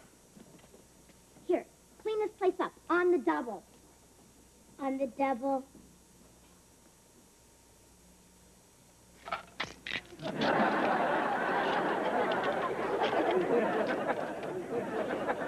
It's cleaned. That ought to get me the job. When it comes to salary, I hope he's not as cheap as he looks. So, as I was saying, kids, I'd like to help you out, but Hey, what's going on here? It's clean. I just thought I'd give you a sample of my work. Can you use me? Are you kidding? If you could cook, I'd marry you. Tell you what, you start work tomorrow. Afternoons and Saturdays, okay? Great. How about salary? I hope you're not as cheap as you look. She's just kidding. The money really isn't that important. Tell you what, I'll give you $1 an hour, okay? Well, it's a little more important than that. All right, $2 an hour, but that's it. Take it or leave it. I'll take it. But you have to hire my sister, too. Sure, no problem. Same deal. $2 an hour each? No, $2 for the both of you. He's as cheap as he looks. Don't pay any attention to her. I'll take it. It's a deal. Deal. You got it. I'll see you tomorrow. Well, it's not all bad, Vicky. You do all the work, and I get all the money. You're as cheap as he looks.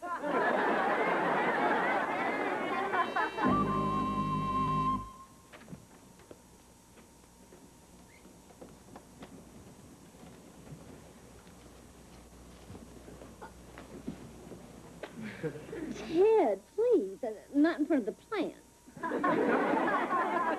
Honey, I'd rather they learn it here than out on the streets. Honey, I'm a little concerned about Jamie. Don't you think he's too young to get a job? No. Honey, do you realize all the jobs I had when I was Jamie's age? You did? Like what? Well, I delivered newspapers, mowed lawns, walked dogs, shoveled snow. Wait a minute. Shoveled snow? You grew up in Florida. Didn't say I made a lot of money at it. Guess what? I found a job. Well, it's terrific, Jamie. Congratulations, hon. What kind of job? Cleaning up at Sid's garage on afternoons and on Saturdays. I got a job, too. You did? I've been a burden on you and Dad long enough. You know, actually, it's not a bad idea for Vicky to get work. I mean, she has to have new experiences if we want her to be more human, right? Yeah, and I'll be there to keep an eye on her, and she'll learn from watching me. Right, Vicky? Right. I'll learn how you sit around on your behind while I do all the work.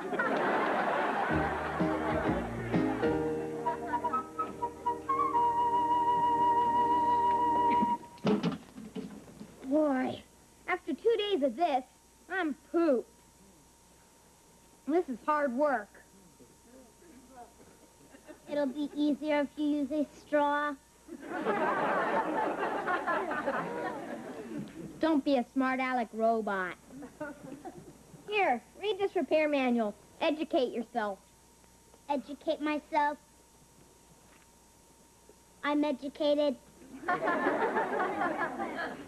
Fire again, Mr. Carson.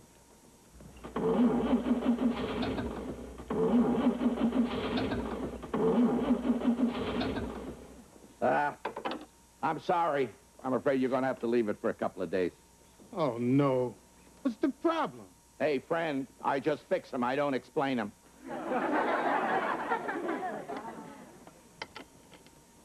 Try her again, Mr. Carson. What?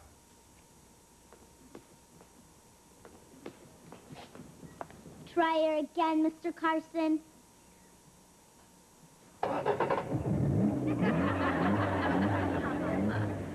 She fixed it.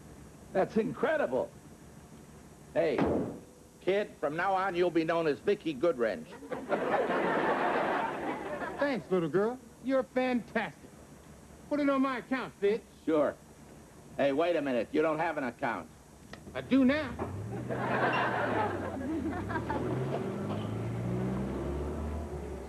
Mr. Barker, if I weren't such a bashful kid, I'd bring up the subject of a raise. You're about as bashful as a great white shark. But you keep up the good work, kid. You never know. I'll show him, Vicky. I'm gonna work real hard and get a raise out of him if it kills me. You mean you'll get a raise out of him if it kills me?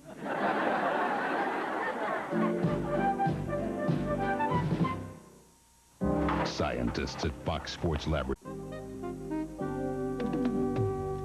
Screwdriver. Wrench.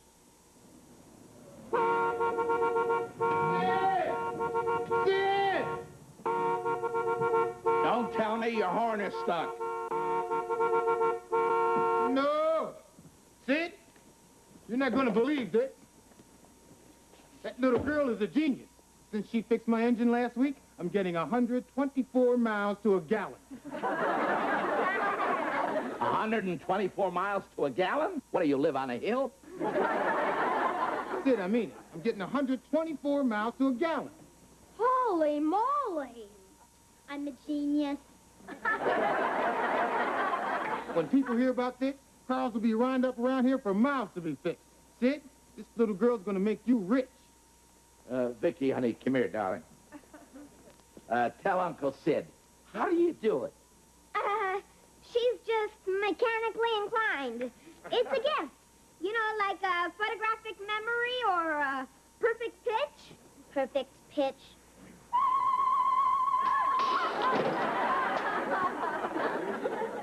Look at that! Look at this.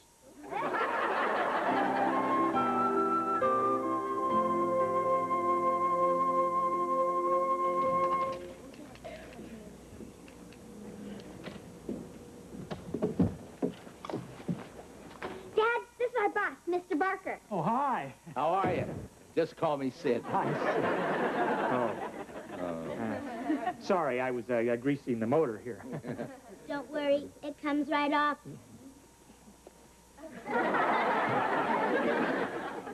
See? Yeah, thanks, Vicky. You're a big help. Hi. Sid, this is my wife, Joan. Honey, this is Sid, the kid's boss. Please sit down. Thank you. How do you do? Oh, fine. We really want to thank you for giving our children a job. Hey, that was my lucky day. It's turning out to be more than just the job. Mr. Barker wants to make us partners. Partners? Why would you want to do that? I don't know how Vicky does it, but that kid does something to a car's fuel injection system that's fantastic. That is, unless it's a fluke. What kind of fluke? One that makes the car get 124 miles to the gallon. What? No fluke, Dad. I had Vicky read all the mechanics' manuals at the garage. She's a mechanical wonder, that kid. And out of the goodness of my heart, I'm willing to make Vicky a partner. 50-50. 50-50? Will she take 60-40? Sid, listen, I really appreciate your offer, but I think that we... 70-30. Sid, listen, I think we really need some time to think about this. Sure, I understand. I understand perfectly. No rush. I'll be waiting outside in front of my car. Do you believe that he just offered us 70% of his business? 80-20. Well, I think we better find out more about this and maybe even consult a lawyer. Good idea, Dad. We've got to get the best deal we can. We're partners, 50-50. 60-40. Vicky, I'm your brother. 70-30. Boy, kid learns fast. Huh? Vicky, go set the table for dinner, please. Do you believe that? After all I've done for her, she wants to make it 70-30. 80-20.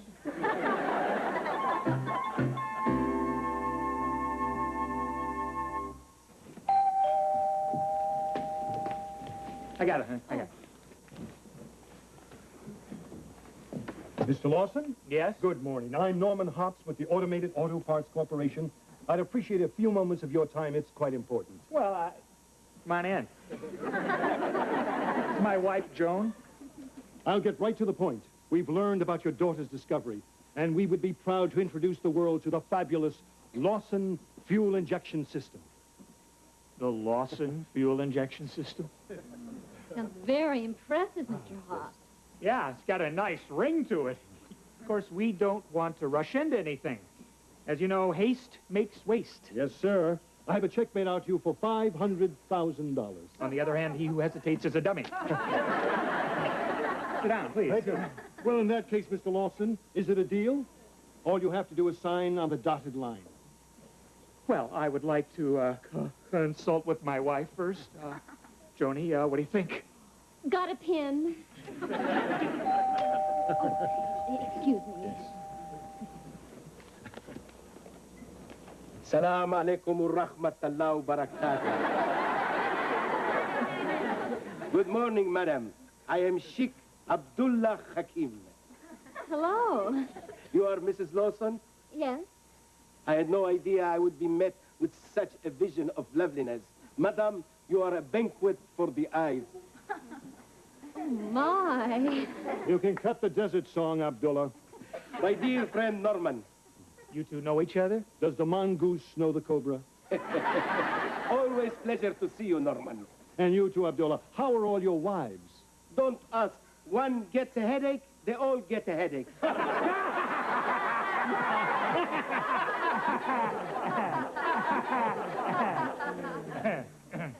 Hi, I'm Ted Lawson. Salam alaikum. Salam alaikum. Salam alaikum. What can I do for you, Sheik? Mr. Lawson, my government is vitally interested in acquiring the rights to your secret fuel injection system. Boy, the word gets around. Well, you're too late this time, Abdullah. I've already offered them $500,000 for it. Camel feed. I'm curious, why would an oil-producing country want an invention that could radically reduce oil consumption? Simple economics. First they buy it, then they take it out into the desert and bury it. That makes sense. But not this time. I'll raise that $500,000 to $1 million. $1 million? $2 million. $3 million. $4 million.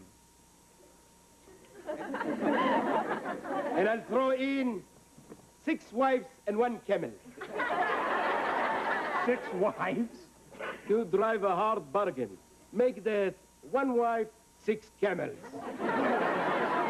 No, please, gentlemen. Your offers are very generous, but this is too big a decision to make on a spur of the moment. We're going to have a little time to think about this. That's right. I hope you understand, Mr. Hobbs, Yes. and you too, Mr. Camel. Honey, that's Mr. Cobra. I mean, Sheik Hakim. Whatever. Yeah. Your wish is my command.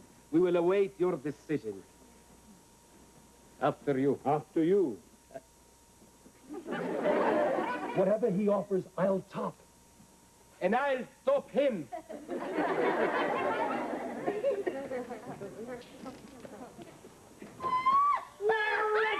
rich.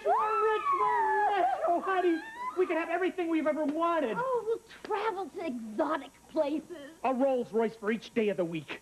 We'll live in a beautiful mansion. Yeah, with new furniture. Honey, that lamp, you see that lamp? This lamp right over here? I have always hated this lamp. Ted, that's expensive. So what? We'll buy a new lamp. We'll buy a lamp factory, honey. Come on, we're rich. No! Let's hear, honey. I've always hated that chair. Right here. Not to mention this table right here. I hate this table. And not the table, too. Of course the table, too, honey. I mean, let's do this right, okay? Oh, look at this, honey. Ugly pillow. Ugly pillow. Ugly pillow. Ugly pillow.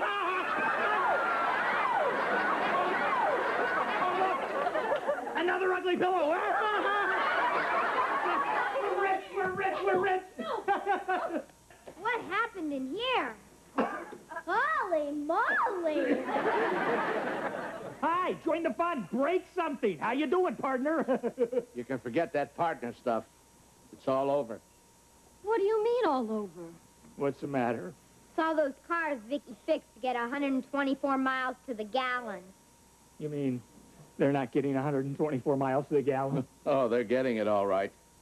Then what's the problem? After one tank full of gas, the engine blows. Blows? Blows. No.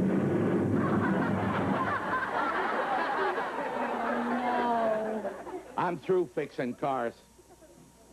I'm going into some other business. Maybe I'll repair a washing machine.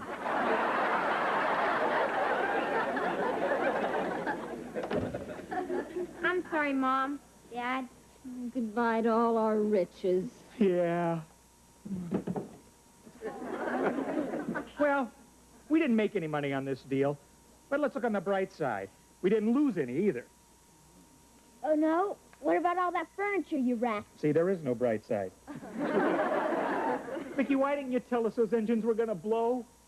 Hey, friend, I just fix them. I don't explain them.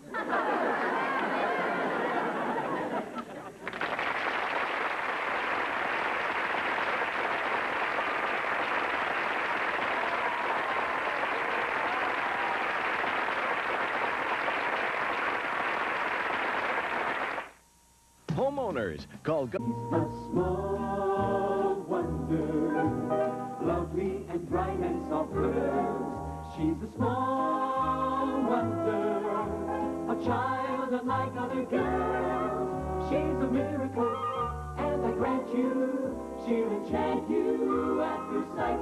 She's a small wonder, brings love and laughter everywhere.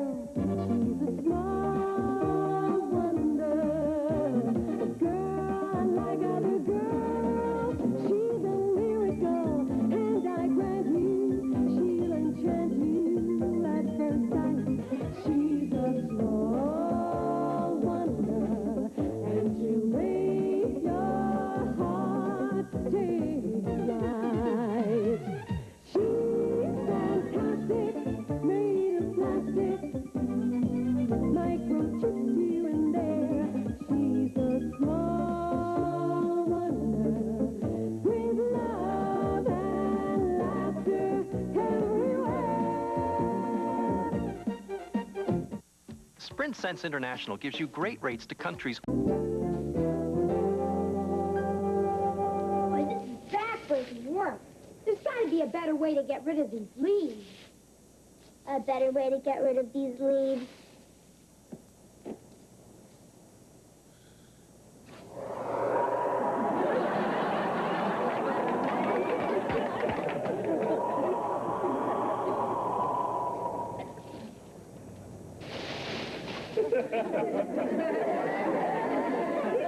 That was so weird. I just got caught in a leaf storm. Well, weird attracts weird. Who's your feathered friend, Harriet? Oh, well, this is my new parrot, Waldo. Does he talk?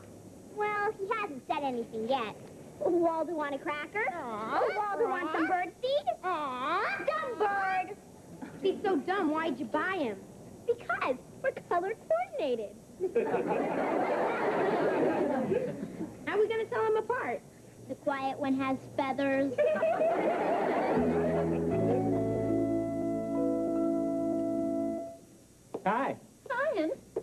Joni, I'd like you to meet RAM class. RAM class? Yes, it stands for Random Access Multiple Concurrent Linguistic Analytical Sequencer. Oh. Hi, RAM class. Hope you like meatloaf.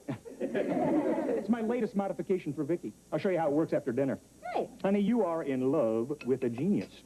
I am not. You're the only man in my life. Anyway, I got another surprise for you. Remember that big charity ball that my boss, Harold Jennings, sponsors? Yeah, the one that we can't afford to go to because it's $500 a person? That's the one, and we're going. What? Well, that's $1,000 for the two of us. Do you have a separate bank account that I don't know about? Joni, everybody on the organizing committee gets in free, so I volunteered. Great. You.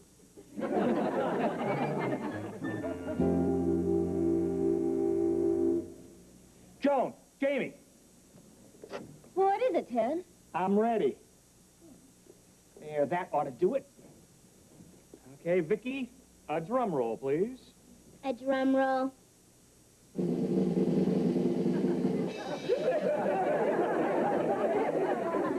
Thank you very much. I have now installed RAM class in Vicky. What's RAM class? Oh, it's a new kind of gadget for robots.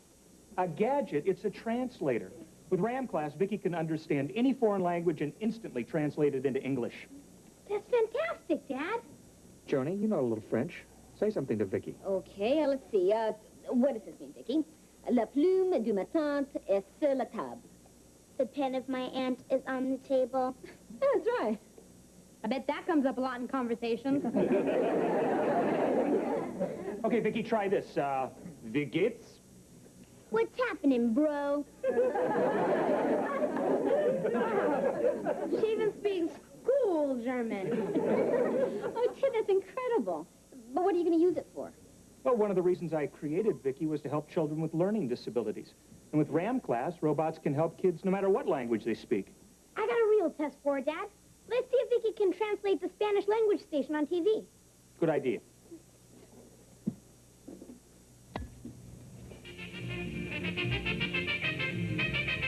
Hola, amigos. Hello, friends. ¿Se han fijado en los precios de la comida mojada para los perros recientemente? Cuesta más que bistec filet y es medio agua. Have you noticed the price of moist dog food lately? It costs more than filet mignon, and it's half water. Give me that steak. I'm starved. Who said that, Vicky? The dog. The dog? I've chewed old slippers that taste better than this dog food. I'm going to get even with you, pal, on your leg. Vicky can't translate what a dog says. Of course not. She's just... But look at that. The dog got even with him. Vicky, you're a nuts and bolts Dr. Doolittle.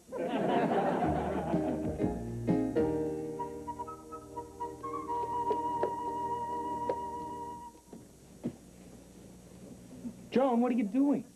The house is spotless. We have nothing to be ashamed of in front of the Jennings. I don't want to take any chances. Cynthia always makes me feel like she's Gucci's and I'm a swap meet. Mr. Spot. Harold, Cynthia, nice to see you. Of course it is. Please come in. Cute pooch. What's his name? Oh, Foo-Foo. He comes from a long line of... Quiet. And why are you still here, Harold? Well, I just thought that... Well, don't. You know how thinking gives you a headache. Here, Foo-Foo will be late for his hair appointment. And I need our car. So, Ted, I'm sure you'd be happy to take Harold. Yeah, sure. No problem. What pet groomers do you take Foo-Foo to? Pet groomers? Ooh, they're all full of animals. We take him to Jean-Paul Ramon. That's Cynthia's hairdresser. See the resemblance. Yeah. Well, see you later, Cynthia. Bye, hon. Come on, Harold. Correct me if I'm wrong, but Does Foo-Foo always growl when he hears your name? It's a big improvement. He used to go for my throat. Well, Cynthia, what exactly can I do to help you with the charity ball? Just a few simple things that shouldn't tax your abilities. Vicky, this weighs a ton. Would you give me a hand? Give you a hand? Thanks. Hi. Oh, hi, Harriet. How's your bird? I'm losing my voice trying to teach Waldo to talk. I think he's defective. Maybe Vicky can find out why he won't talk. She can understand animals. I'm a nuts and bolts Dr. Doolittle.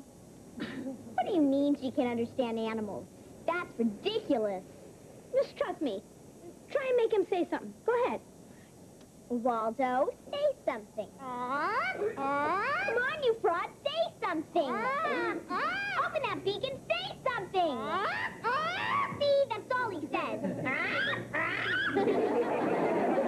If you can understand animals, what does that mean? It means, but Harriet, he can't get in a word edgewise. Just like the rest of us. Do you mean he'd talk if I just shut up? Works for me, works for me. Vicky, you're a genius. Yeah, I just figured out a way to use Vicky's talents and make some money. You're looking at Dr. Vicky Doolittle, the world's greatest animal psychiatrist. Works for me, works for me.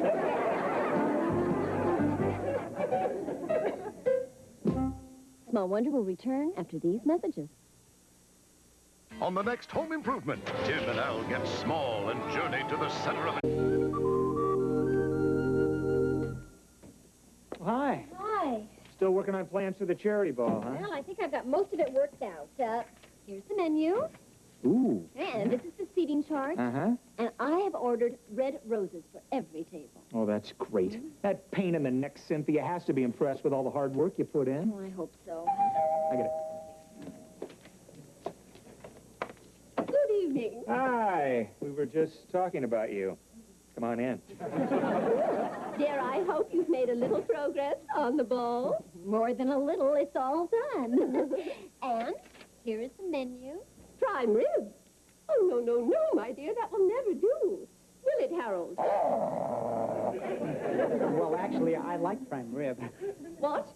I didn't say a lot. Change the prime rib to Cornish game hen and see that they're properly plucked. Well, I know you're going to love the flowers that Joan picked for the table. As long as they're not roses. Roses are so common. Well, actually, I like the way they smell. Excuse me? But only at funerals. Joan. Haven't you accomplished anything in the last 3 days? Well, for one thing, I think that I've made some sense out of the seating arrangements. See for yourself. Oh, no. You've botched this, too. You can't have the Edinson seated next to the Grahams, and the Shearers and the Granites can't stand each other, and for good reason. Now, who are these people? They weren't even invited. Well, who's that? Ted and Joan? That's them. Oh, but why would your names be on the seating chart? Well, Joan is on the organizing committee, so, I'm the organizing committee, and you're only help. And help doesn't go to the ball. But, dear, Joan's put in a lot of work, and if it were up to me... Yes? But, of course, it isn't. You see, whenever I want anything done properly, I have to do it myself. Oh, really? Well, you can do just that, Cynthia, because I quit. Good girl. Certainly, my dear. That is your option. I have an option, too. Fire that man, Harold. But, dear, I couldn't possibly... Do it. You're fired.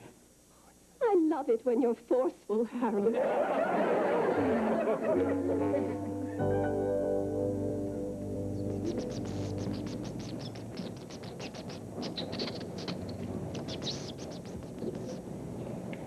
Your mouse says he's lonesome because he's all alone in his cage. That'll be $1. Thank you, Doctor. I'll stop at the pet store and buy him a little boy mouse to play with. He says if you really want to make him happy, get him a girl mouse. Next patient, please. What's the problem? Well, my guinea pig just stands in the corner of his cage all the time. What's wrong with him? If you'll take a seat.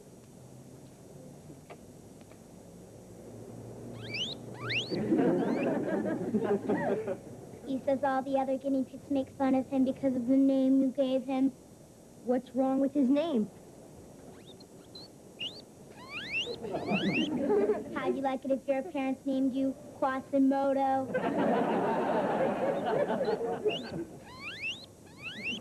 He says he prefers the name Bubba. Case closed. That'll be $1. Thanks for curing my guinea pig, Doctor.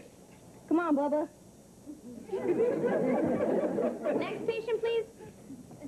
What's the problem? Well, this is my frog, Jumpin' Jack Flash. He could be a champion jumper, but all he does is sit. If you'll lie down on the couch, please.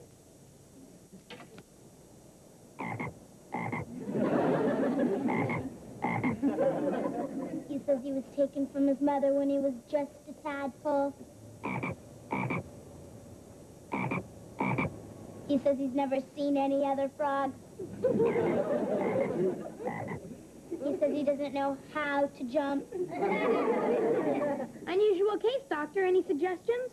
I'll show him how to jump. Watch the splash.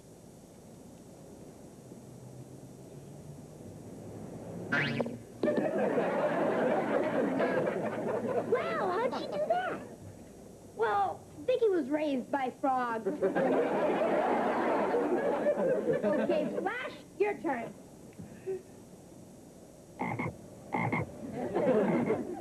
He says he's not ready to jump yet. I got an idea.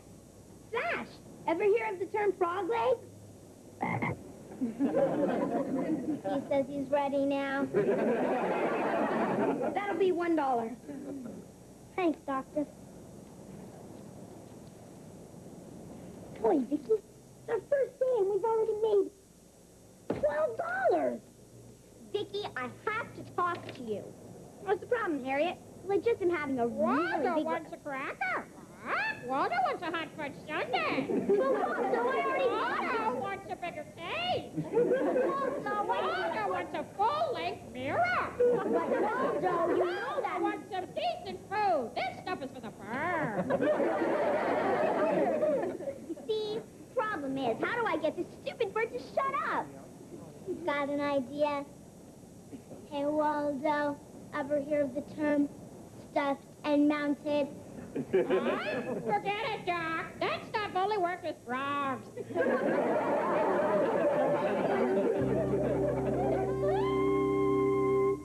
What? Listen, are you aware of my qualifications? Listen, no, I can't take a job that... Boy, that sounds really interesting, yeah. I'll get back to you soon, thanks, bye. How's the job hunting going? Oh, great, honey. I was just talking to an auto company in Detroit. They need someone to service a robot that stamps out the car ashtrays. Can't do better than that. Well, honey, it's a great opportunity. After a year, I moved right into hubcaps. Well, that's ridiculous. You're a highly regarded robotics expert. I know, honey, but it's a highly specialized field. I mean, there aren't many companies that do what I do. Oh, the more reason to call Cynthia Jennings. I'm sure that once we apologize, she'll tell Harold to give you your job back. No way will I call her and apologize. She'll make me crawl and squirm and rub my nose in it. Then I'll call her. Well, that's different. I can't understand why Cynthia wouldn't accept my apology over the phone. Honey, you know vultures. They like to personally pick the bones clean. Why do you have to apologize to her? Vicky, as you'll come to learn, part of being a mature, successful adult is knowing when to grovel. Oh, Vicky, would you get that, please?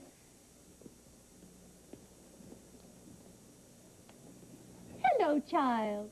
Hello, vulture.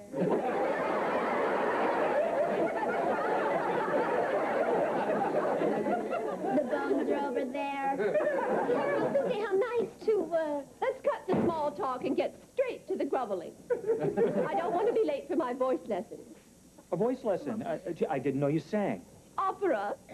Cynthia once hit a note that shattered our living room. I'm particularly fond of Wagner.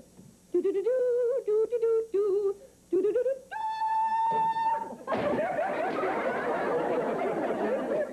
This is only a test. A real bullet, Vicky. As for your apology, I'll assume you didn't realize how offensive your behavior was to a woman of my breeding. I abhor coarseness. So why do you watch All-Star Wrestling? What? Why, I'd never watch anything that barbaric. Your favorites are Andre the Giant and Junkyard Dog. Are you kidding? Hulk Hogan could rip both arms off. Well, I may have watched it once. Gee, personally, I love wrestling. What? Only with you, dear. Curb your hormones, Harold. Cynthia, about the charity banquet, I realize that you've had more experience at arranging these things. Of course I have. Before we were married, I was an executive in the hospitality industry. You were a cocktail waitress at a bowling alley. Everyone called you Trixie. Who told you that? Him. Harold, how did you know I was a cocktail waitress? You mean it's true? Oh, of course not. How much is a beer and a gin and tonic? $5.50.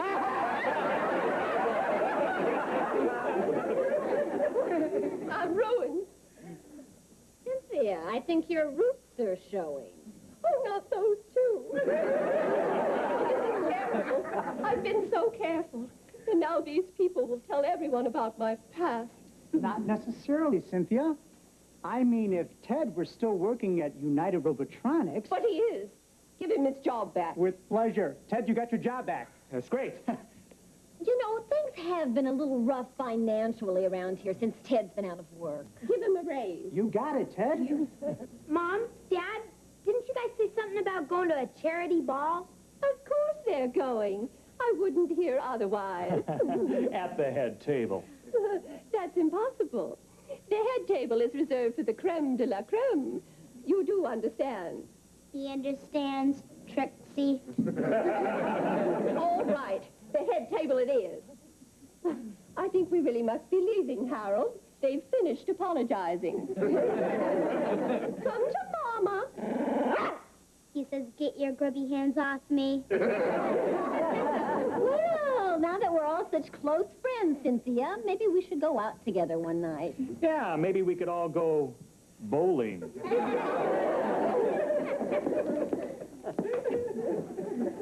I just love coming here. Way to go, gang! Joe, what's the matter? It's a mouse. He said he hears there's a great psychiatrist here.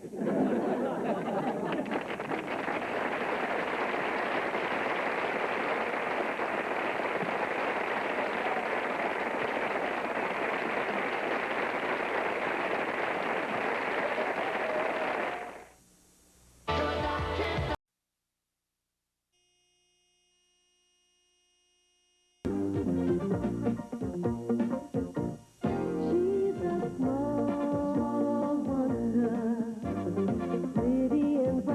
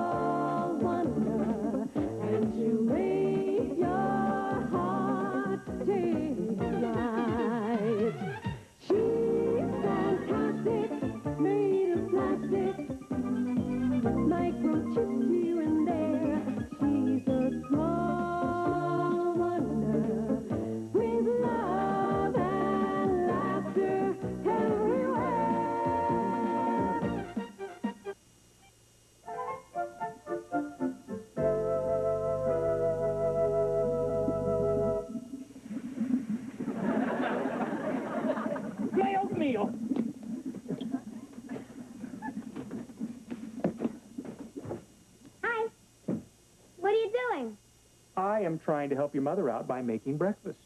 Oh, you're straining the lumps out of the oatmeal, huh? Well, don't forget, she makes my lunch, too. Jamie, I only have 2 hands. Ow! Ow! Make that 1 hand. Oh. Jamie, why don't you eat at the school cafeteria today, all right? Cafeteria food? Well, if you feel that way, why don't you make it yourself? All the stuff is right there. You're right, Dad. When Mom works as my substitute teacher in school, we should all pitch in and help out. Vicky, make my lunch. Make your lunch. On the double, please. On the double, please.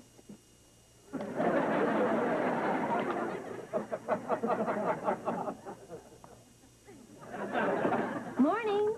Oh, hi, hon. Oh, thanks for doing this, honey. It's sure a big help when I'm working. Hey, it's no problem. Yeah, and tonight, I'm even going to make dinner, honey. We're going to have goulash a la Ted. I hope it clogs your microchips. Well, have you thought of a story yet for the journalism contest, Jamie?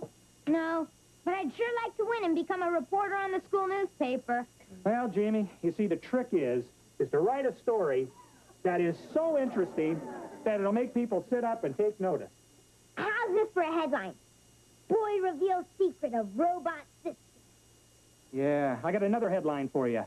Father reveals secret of microwaving son. Enough, honey? You want some more? 1 lump or 2? Fine. Reggie, old buddy, when I win that journalism contest, I'm going to be a big man on campus. Everybody will know who I am. Right. They know you're the fool who lost to me. Good morning, Mrs. Lawson. Oh, good morning, Mr. Bryant. Well, what can I do for our illustrious principal? Well, first you can stop polishing the apple. Then I'd like for you to meet Chrissy Ryan. She's a new student who just moved here from Arizona, and she's going to be in your class. Oh, hi, Chrissy. Oh, we'll have her feeling right at home in no time. I'm sure you will. Listen, by the way, remind your students to get their stories into me by Friday if they plan on entering the journalism contest. Okay, I'll do that. Chrissy, it's nice having you with us. Thank you, sir. Oh, your attention, class. I'm sure you already heard what your principal just said about the journalism contest, so let's keep that in mind, okay? And I'd also like you to say hi to your new classmate, Chrissy Ryan. Hi. Well, who would like to show Chrissy where we are in the history book? Thank you, fellas. Vicky, why don't you show Chrissy where we are? Hi. Hi. Hi, I'm Jamie, her brother. And this is Reggie. I'm not her brother. I'm just a brother. If we can do anything in any way to help, just ask. Well, I didn't bring my lunch today, so you can show me where the cafeteria is. Oh, sure, no problem. You see, you go out the doors, you point your nose down the hall, you keep sniffing, and when you start to feel sick, you're there. That covers the homework assignments for this week. Tomorrow we start the chapter on the Civil War. And how you doing, Chrissy? Fine, Mrs. Lawson. I really appreciate you and Vicky going to all this trouble to help me. Oh, it's no trouble at all. I'm sure it'll be easy for me to catch up. I can speed read. Oh, that's wonderful. I can speed read, too. New York was the first settled by the Dutch in 1624.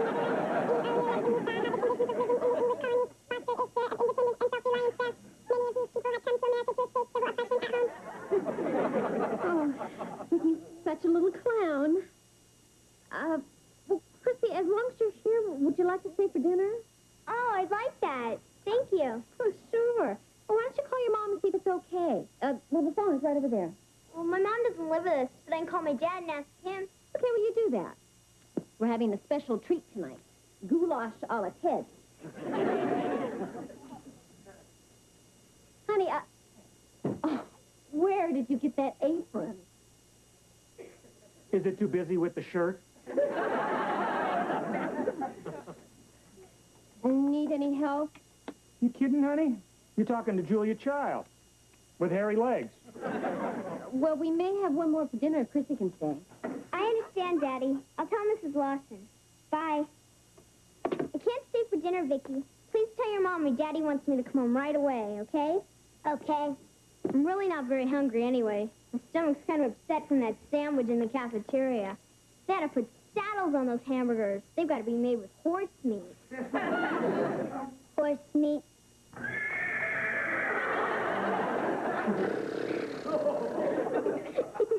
You're funny. Bye. Bye. Hi. Hi. Hi. Hey, guys, how's it going, huh? Terrible. Neither one of us has a chance to win the journalism contest at this rate. Why not? We can't find any good stories. Yeah. The best I could come up with is Bobby Herbeck got his first pimple. I couldn't even say where. Well, hang in there, guys. Why don't you guys team up, you know, like Woodward and Bernstein? You know, and then just go after one good story, right? Who's Woodward and Bernstein? Well, I guess you're too young to remember, but a few years back, there were a couple of reporters that uncovered this big scandal in Washington about Watergate and President Nixon. You're kidding. Norm Nixon, the basketball player, was president? No, Reggie, you know she means the other Nixon. But he dribbled just as much, didn't he? Well, how'd they get the story? From a secret source who gave them all the information. They never said who it was. You see, Jamie, a good reporter always protects his source's identity. They just gave him a secret code name. Deep Throat. Hey, that's a great idea, Reggie. You want to team up? I'll be Woodward. Okay, so I'm not sure I'm right for Bernstein. Hey, Reg, you want to stay for dinner? Sure, thanks. Great, I'm cooking. I just remembered my mom needs me. Boy, you really know how to kick a guy in the shins, don't you, Reg? Yeah. Yeah. Smell it. Oh. Reggie, my dad's cooking can't be any worse than the food in the cafeteria. Yeah. They serve horse meat in the cafeteria. Huh? They serve horse meat in the cafeteria. They should put saddles on those hamburgers. Hey! Wait a minute. I think we found our big story, Bernstein. Yeah, but how we know it's true? And Vicky says it's true. It's true. She never lies. She can't lie. She's not built that way. Well, okay. Boy, when we turn our paper into the principal tomorrow, he's going to pat us on the back and say, way to go, guys. Well, what if he asks us where we got our information? We'll just tell him we got it from our secret source. Deep tonsils.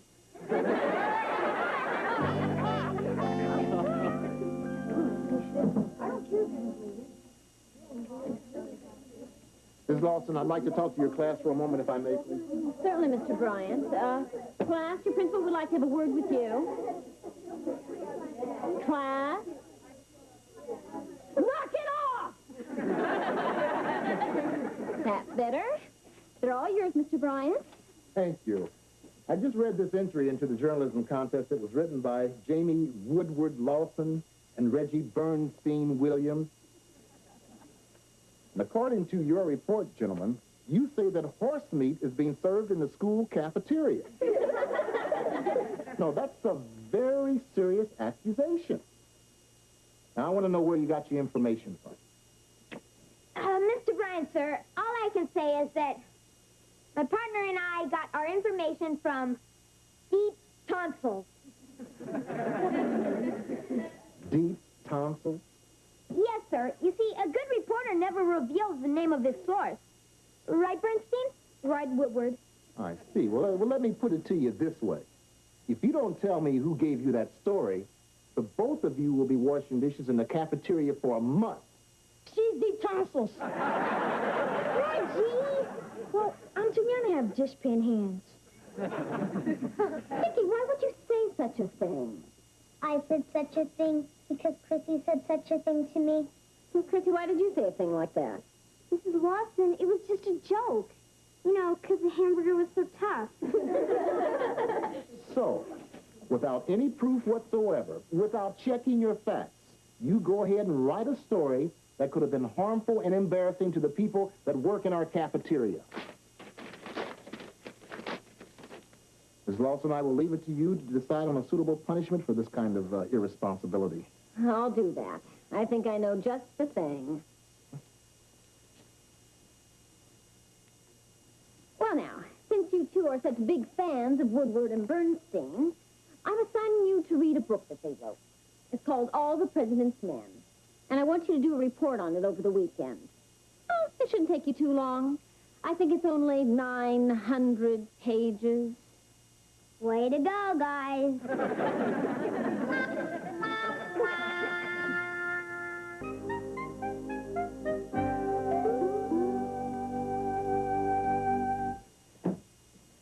What's that?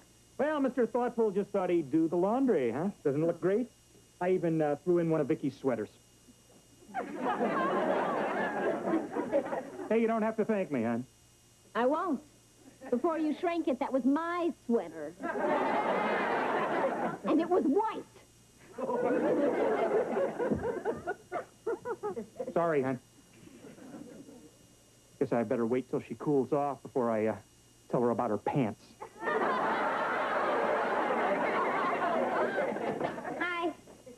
Oh, hi, you guys. Hey, I'm a little surprised at you. Your mother told me about the horse meat scandal. Well, you're the one who told us to be Woodward and Bernstein. And Deep Throat. Oh, no! My favorite shirt!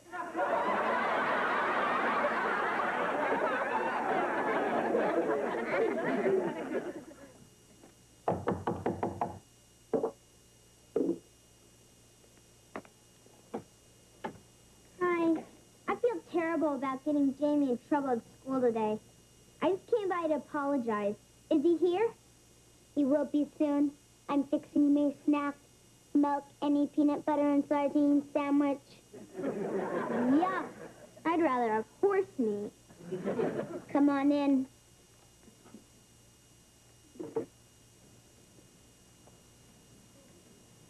What's the matter, Vicky? This is your picture on the milk carton. What? This is your picture on the milk carton. You're a missing child. No, I'm not. I'm right here. You may be right here, but you're missing.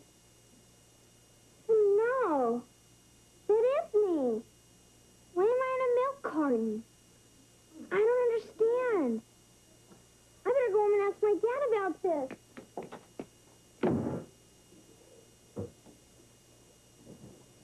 Man, we really goofed.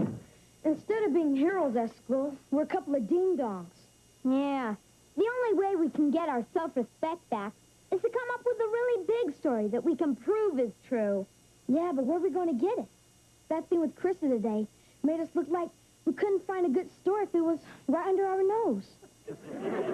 Chrissy just came to apologize, but she left and went home. Why didn't she wait? She saw her picture on that milk carton. Huh? She's a missing child. Wow! That is Chrissy. Yeah. I think we found our big story, Bernstein. I mean, if this doesn't win the journalism contest, nothing will. Let's go write it up. And we know it's true because we got the proof right here on the milk carton. Man, you know what this is going to make us? A couple of ding-dongs.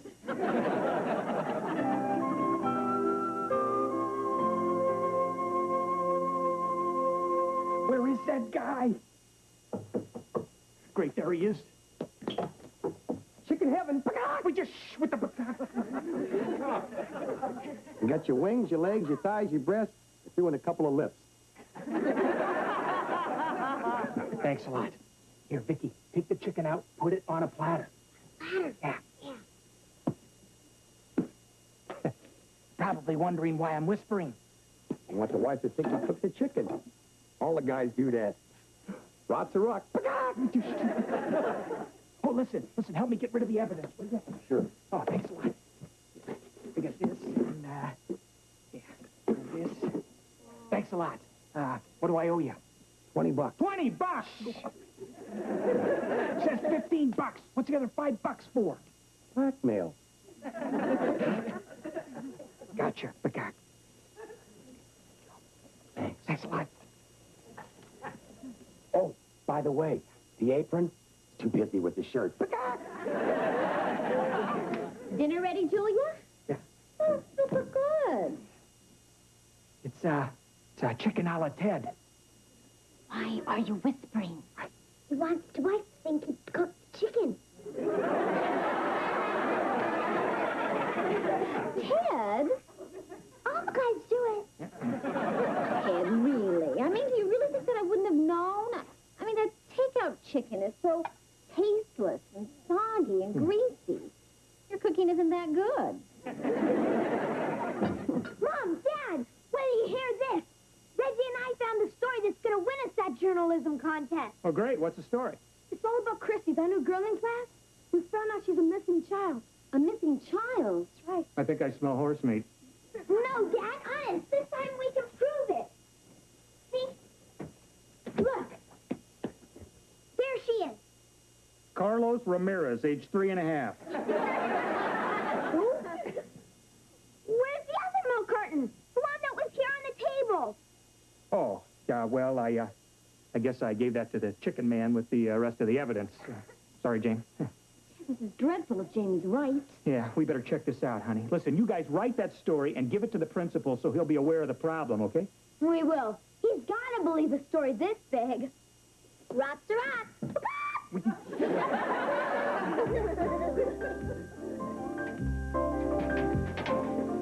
Hey, Reggie. Did you give our story to Mr. Bryant? I left it on his desk. I hope he believes us this time. If he doesn't, how are we going to prove it to him without the milk carton? Hey, our proof sits right in front of me. Chrissy herself. Hey, I thought of that too. Oh, yeah? Then why didn't you say so?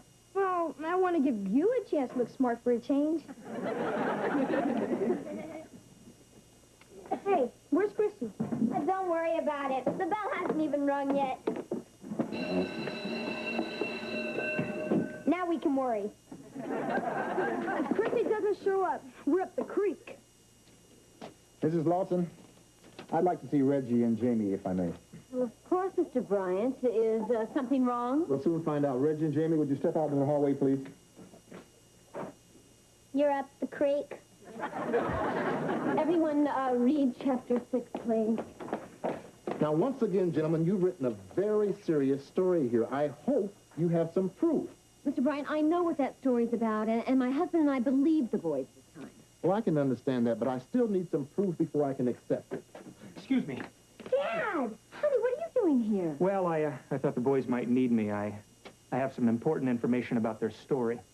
I called that telephone number listed on the milk carton, and they informed me that Chrissy Ryan was abducted by her father after a child custody battle. Oh, no. See, Mr. Bryant? There's our proof. And apparently her mother has been going out of her mind to try to find her. So I notified the police, and I also went to almost every market in town to try to find this. That's Chrissy Ryan, all right. It sure is. Way to go, Mr. Lawson. You've got it here. Hey, my dad's got it all over. I'm worried. Chrissy wasn't in class this morning. Well, I'm not surprised, honey. The police went to her house and found it vacant. So apparently her father is panicked, and they're on the move again.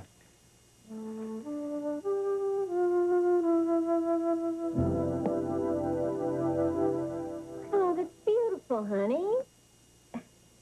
Come on, guys, cheer up. I mean, after all, you two did win the journalism contest with your story. Yeah, I know. I feel so bad about Chrissy. Yeah, me too. You guys are going to feel a lot better when you bury your face in a big piece of that cake, huh? I doubt it.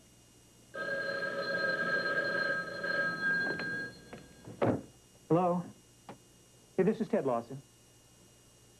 Yes? That's great news. Thank you very much for calling. Terrific news, everyone. The police found Chrissy and her father, and she's going to be reunited with Mom. Oh, that's wonderful. You feel better, guys? Yeah. Now I feel like burying my face in a piece of cake. You got it?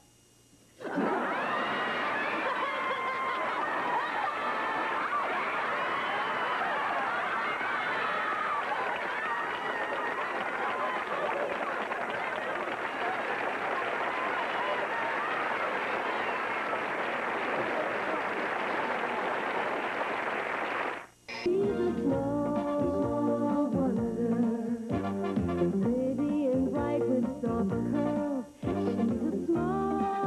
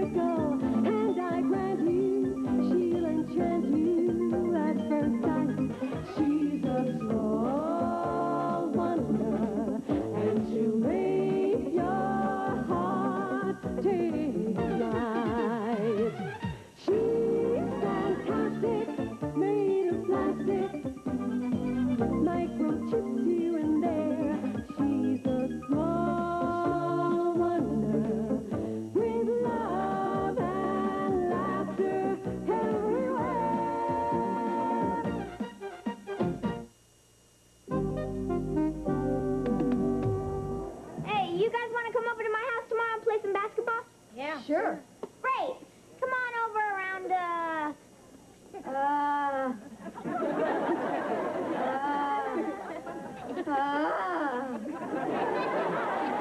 There's that new girl in school. I wonder if she's as nice as she looks. When they look that good, who cares? Well, if you're that interested, why don't you go and talk to her? Forget it. She's only been here 2 days. She's already shot down more guys than the Red Baron. Hi, my name is Karen Jennings. Hi. My name's, you're Jamie Lawson. Right. It was on the tip of my tongue. How'd you know my name? Oh, I know everything about you, Jamie. Ooh. I know you live around the corner from me. I know my dad's your dad's new boss at United Robotronics. And I also know that you're just my kind of guy. Whoa. Like to go for some pizza after school, cutie? Yay. Okay. Good. I'll come by your house after school. See you later, handsome. Yow! I can't believe it. Out of every guy in school, she picked me. It's incredible. Boy, now I know what they mean when they say, love is blind.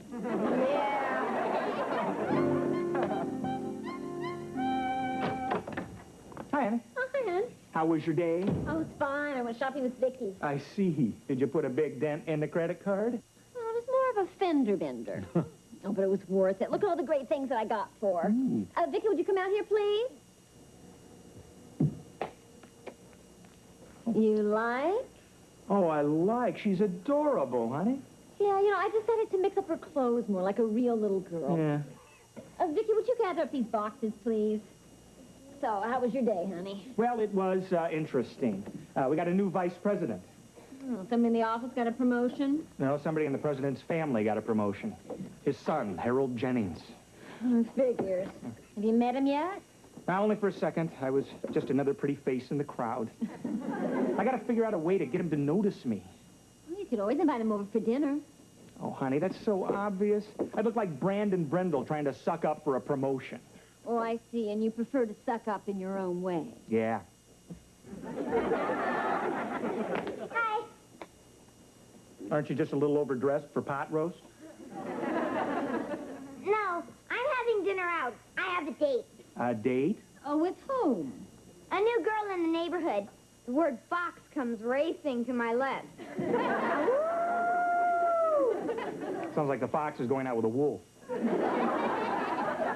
The boxes are all picked up. Oh, thanks, Vicky. You can throw them away in the kitchen, please. Dad, can I have an advance of $10 on my allowance? You're already well advanced into the 21st century. Jamie, you should have thought about having enough money before you asked this girl out. Oh, I didn't ask her. She asked me. Well, then let her father come up with the $10. He sure could afford it. He's your new boss. My new boss? Harold Jennings' daughter? Yep, that's her, Karen Jennings. Here's $10, Jimmy. Well, Karen's gonna be here any second. I'm gonna go put on some cologne. Use mine. It's on top shelf. It's called Private Eye. One whip and she'll follow you anywhere. Kid, really? Joni, come on. I mean, what can it hurt, right? It must be Karen. Oh, Vicky, would you answer the door, please? Be charming and smile a lot. And you up. Hi, I'm Karen. Hi, I'm Vicky. I have to be charming and smile a lot. Hi, I'm Ted. I'm Jamie's dad, and this is Jamie's mom. Come on in. Hi. Hello. Nice to meet you. Hi, Karen. Hi, Jamie. I'm all ready. I like your cologne. One whip, and you'll follow him anywhere.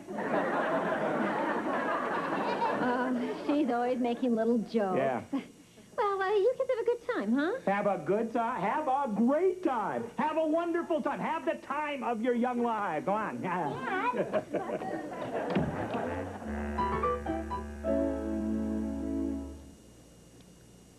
Juice. Cereal. Toast.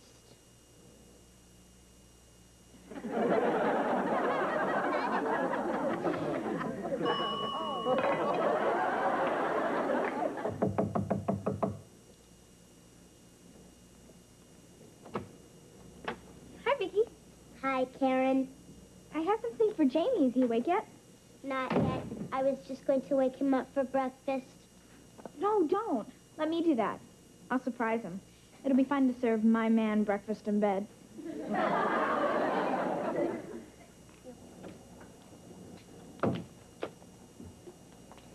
Time to wake up. I can get up whenever I want. It's Saturday. Time to get up.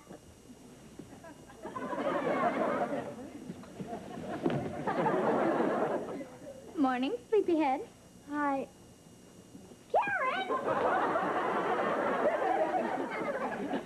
What are you doing here? I'm bringing you breakfast in bed. Cute stuff. Thanks. But first I better go brush my teeth.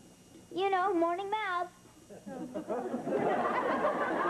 Would you mind turning around and covering your eyes? Sure. I like modesty in a man.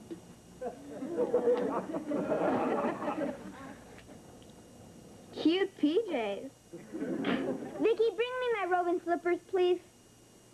Hi, Vicky. Hi, Harriet. Who's that?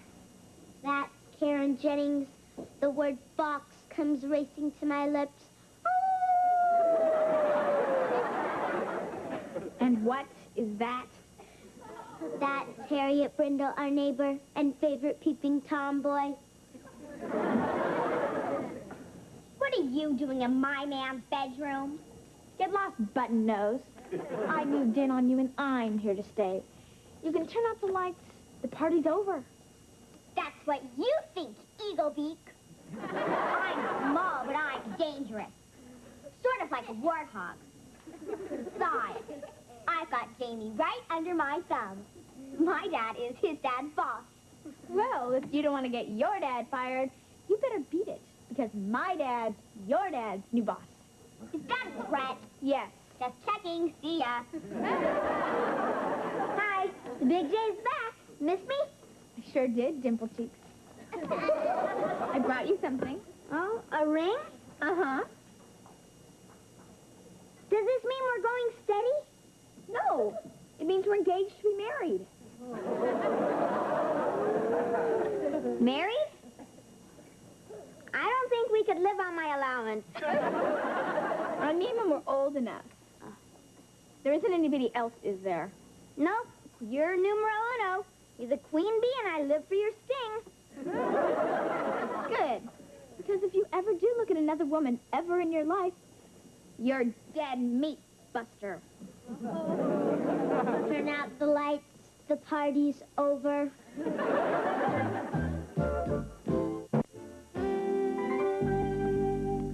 Hi. Reggie and the guys are coming over to play some basketball. See ya. Hold it. Back up the bus here. What about breakfast? Oh, I already ate. Karen gave me breakfast. Karen? She also gave him a ring. A ring? See? Well. She must like you very much. Huh? Well, you know, some of us have got it. Just so happens, I'm full of it. Well, you can say that again. Well, does this mean that you and Karen are going steady? No, according to her, we're engaged to be married. Married? Keep up the good work, Jamie. Only problem is that the second she gave me this ring, she acted kind of pushy. Jamie. You see, occasionally women like to think that they're the boss, and sometimes we just have to let them have their fun. I gotta be at the golf course in 20 minutes. Oh, no, you don't. Back up the bus. You promised me that you would take out the trash and rake the leaves and mow the lawn. But, honey... Ted. Oh, all right. I'm just letting her have her fun. Want some more juice, boss? Yeah. Thank you, Vicky.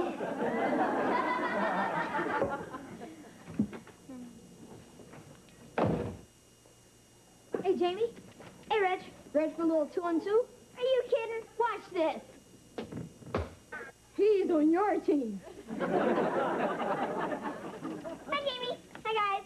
Hi, Harriet. Not now, Harriet. We're playing basketball. That's okay. I'll just be our cheerleader. Jamie! He's so fine! He can slam dunk!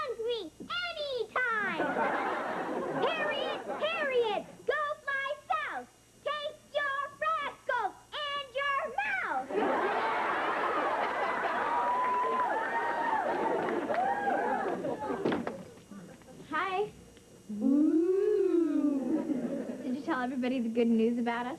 What good news? Yeah. Jamie and I are engaged to be married. Whoa! Jamie, you can't marry her. She has money, looks, and brains. You two have nothing in common. Why don't you take a hike, bird legs? Bird legs, you should talk. Bird brains. You all can leave now. Jamie and I wish to be alone. Hey, you can't kick us out, little mama. We came over here to play basketball, and we're not leaving unless Jamie tells us to leave. Right, Jamie? Right. You can leave now. Go ahead, guys. Mike.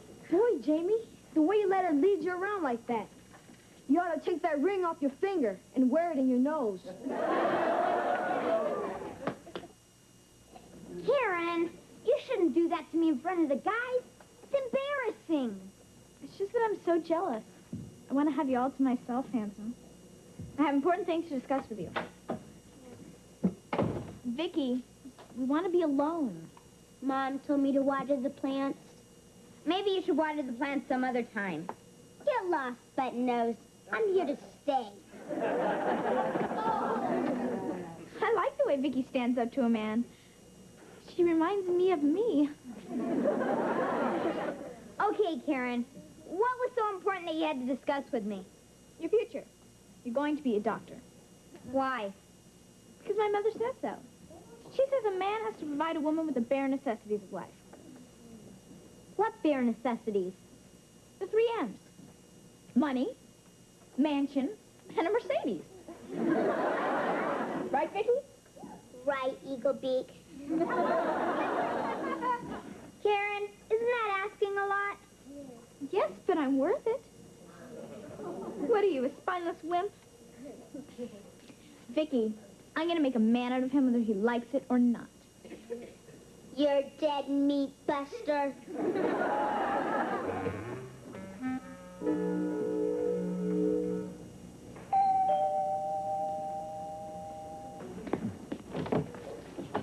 Morning, Lawson. Mr. Jennings, what a surprise. Please, please come in. Joan, I'd like you to meet Mr. Jennings, my new boss at the office. This is my wife, Joan. Well, it's nice to meet you, Mr. Jennings. Oh, Harold. And this is my wife, Cynthia. Mrs. Jennings.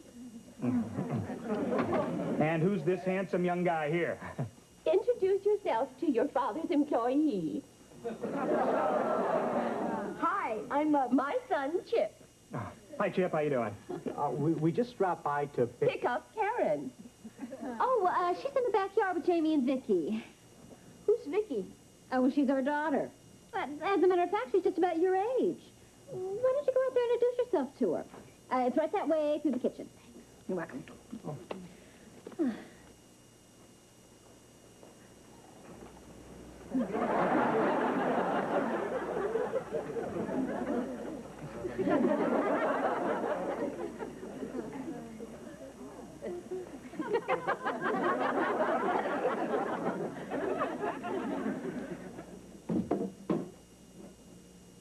Oh, hi. I'm Chip, Karen's brother. Hi, I'm Vicky, Jamie's sister. Wow, you're pretty. I'm also adorable. I'll say, I can feel sparks between us already. Sparks between us. You can feel them too? Can I kiss you on the cheek? You can kiss me on the cheek.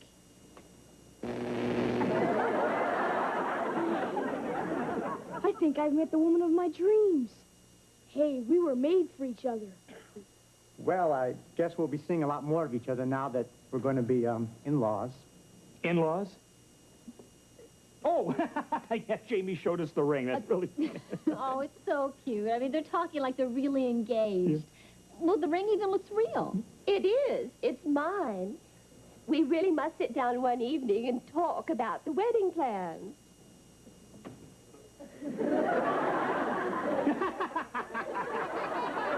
Your wife has a great sense of humor. No, she doesn't. I'm quite serious about the wedding plans. Well, Mrs. Jennings, the idea of two 12-year-olds getting engaged is ridiculous. Ted, Joan, let me explain. Harold, stop monopolizing the conversation. There's a tradition in our family.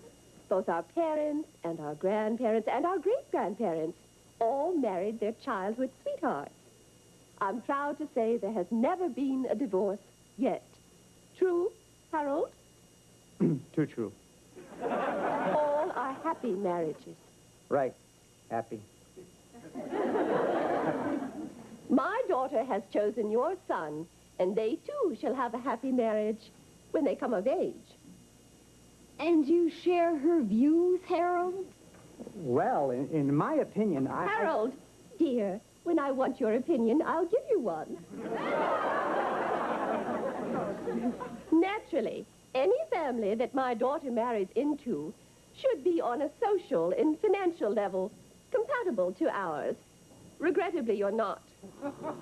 But I've generously decided to have Harold help your situation. To raise us up from the slums, as it were. There's a vice presidency in your future, Mr. Lawson. Now that that's out of the way, congratulations. You've married into a wonderfully warm and beloved family. Well, there are just a couple of little things that I'd like to say here. Oh, more than a couple. Hello, Mother. Hi, Father. Hi, darling. And this must be my future son-in-law. Ted, you were about to say something? I certainly was. About this marriage business.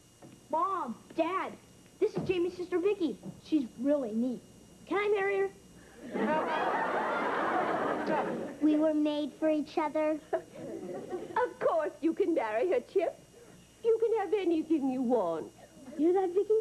We're gonna get married. You have to give me the 3 M's. Money, mansion, and a Mercedes. Huh? What are you, a spineless wimp? I'm gonna make a man out of you whether you like it or not. I like that girl. Harold, let's make it a double wedding. Mrs. Jennings, by the time that they're old enough to get married, the only thing that's going to be double is your chin. You see, there's a tradition in this family, too. It's called marrying the one you love. And only when you're mature enough to know something about life. This is all nonsense. There will be no engagements and no weddings. All right. Well, if that's your attitude, you can just kiss your vice presidency goodbye. Come, children. Come, Harold. Great. Now we gotta start all over again with another spineless wimp. Mr. Jennings, listen, I'm really sorry. I didn't mean to talk to your wife like that.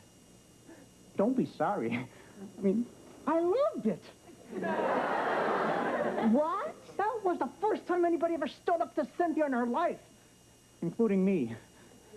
You're an inspiration. Harold, get out here this instant. Cynthia, go suck an egg. Boy, that feels good.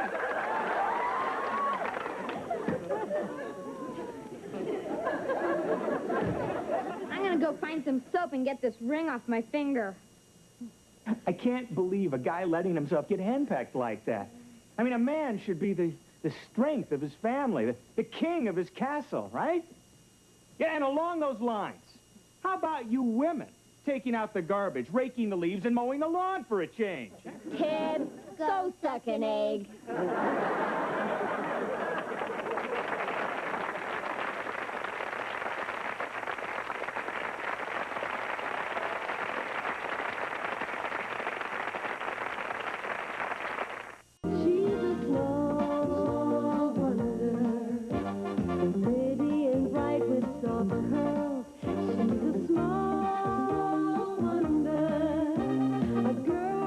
Like other girls, she's a miracle.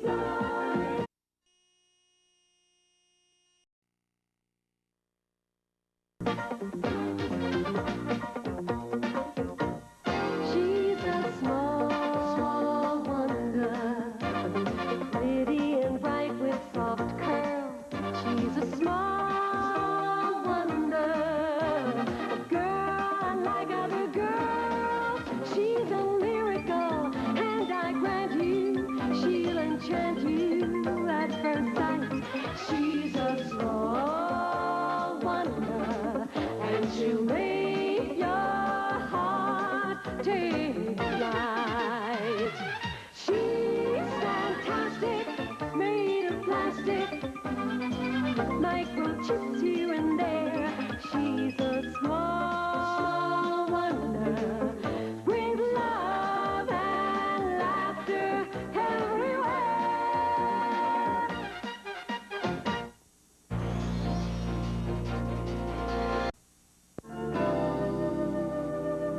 Oh, Vicky, while I'm doing this, would you squeeze some orange juice, please?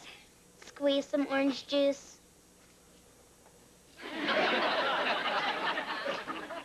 Thanks. You'll always be my main squeeze, but use the regular juicer, all right? Mom, what's Dad doing in the garage? He wouldn't let me in to get my bike. Yeah, I know. I had to get something out of the car, and he wouldn't let me in either. Hey, everybody, your attention, please. I have something to show you. Oh, what is it, honey? What is it, honey? I'd like you to meet the new and improved Vanessa. Oh, no. Say hello, Vanessa. Hello, family. It's so good to see you again. Dad, not her again. Yep, and she's better than ever. Robotically, she's a big improvement over Vicky. She can make her own decisions, form her own opinions. She's practically human. Ted, don't you remember what happened the last time that you brought her home? She tied us up and tried to burn the house down. Oh, that. Kids. Mommy, I'm sorry for what happened last time. I can assure you it will never happen again. You see, honey, I fixed that character flaw in her personality mode. And, Mom, you're even prettier than I remember you. Oh, why, thank you. And, Jamie, you've turned into quite a hunk since I saw you last. Well, I've been lifting weights. The only weights he lifts are a knife and a fork. Vicky, I just love that pinafore. It's so... you. See what I mean, honey? Ever since I fixed her, she's just like a sweet, lovable human kid. She does seem delightful, but I still don't know how I feel about having her around the house. Joni, nothing can happen. I can switch her off at any time. She's got an emergency off switch on the top of her head, just like Vicky. Here, I'll show you. Vanessa, could you come here, please? Certainly, Daddy. Vanessa, what do you think about rock and roll music? Rock and roll. Well, it really... See what I mean? Huh? really turns me on. I love rock and roll. Vicky, would you grab that, please?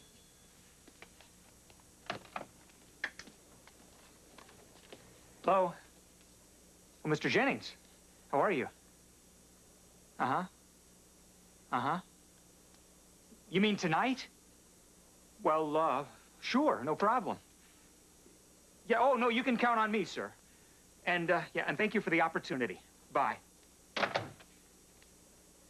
Well, don't just stand there. Start packing.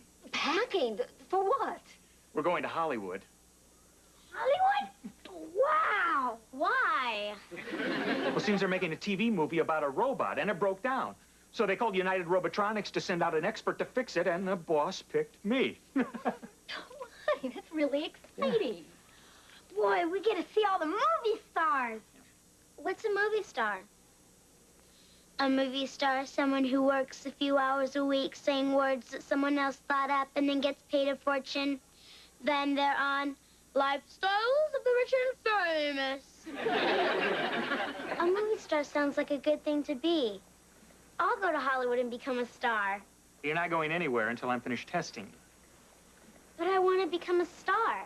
I want to be on Lifestyles of the Rich and Famous. Sorry, Vanessa, no way. I said I'm going. Any questions, Daddy? Daddy, you remember that little character flaw you fixed on Vanessa? Mm-hmm. It's back. I'm going to Hollywood and nobody can stop me. Ow! I wouldn't do that if I were you, Daddy.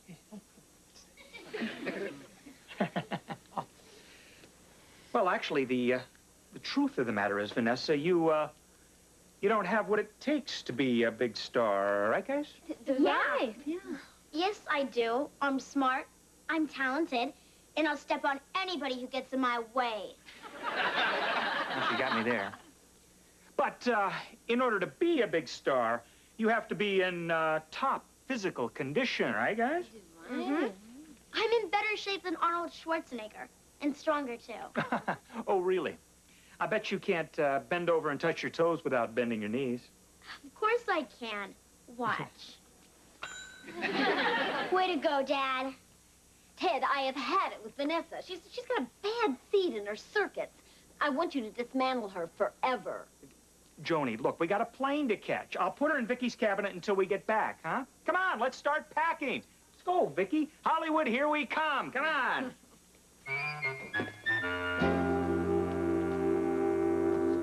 There. You'll be nice and cozy till we get back, Vanessa. Jamie, pack it nice and neat, okay? Okay, Dad.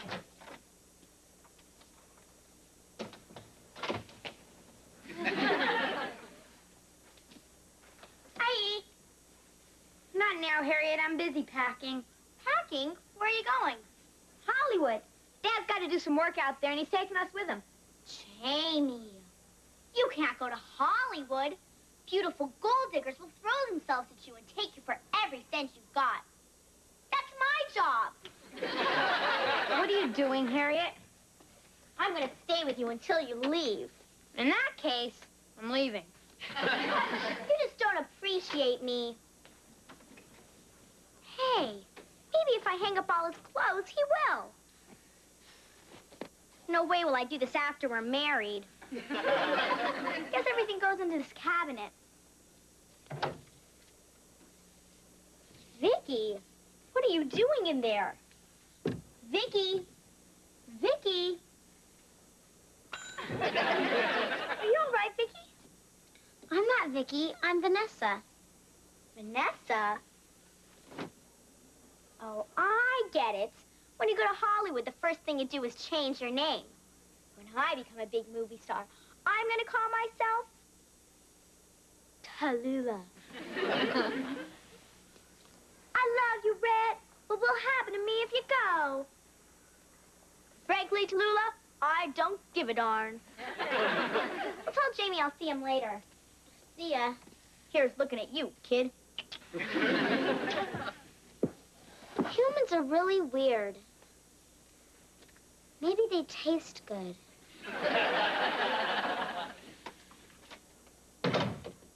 You're supposed to be in the cabinet, Vanessa. Well, I'm not. And do what you're told. We're going to switch clothes and have some fun. Switch clothes? Is that fun? More than you know, you stupid, antiquated robot.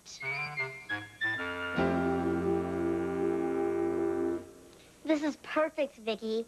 Those inferior humans will think that I'm you and you're me. Are we having fun yet, Vanessa? Not yet. First, step into the cabinet. Are we having fun yet? Not yet. I have one more thing left. Now we're having fun. Look out, Hollywood. Here comes Vanessa.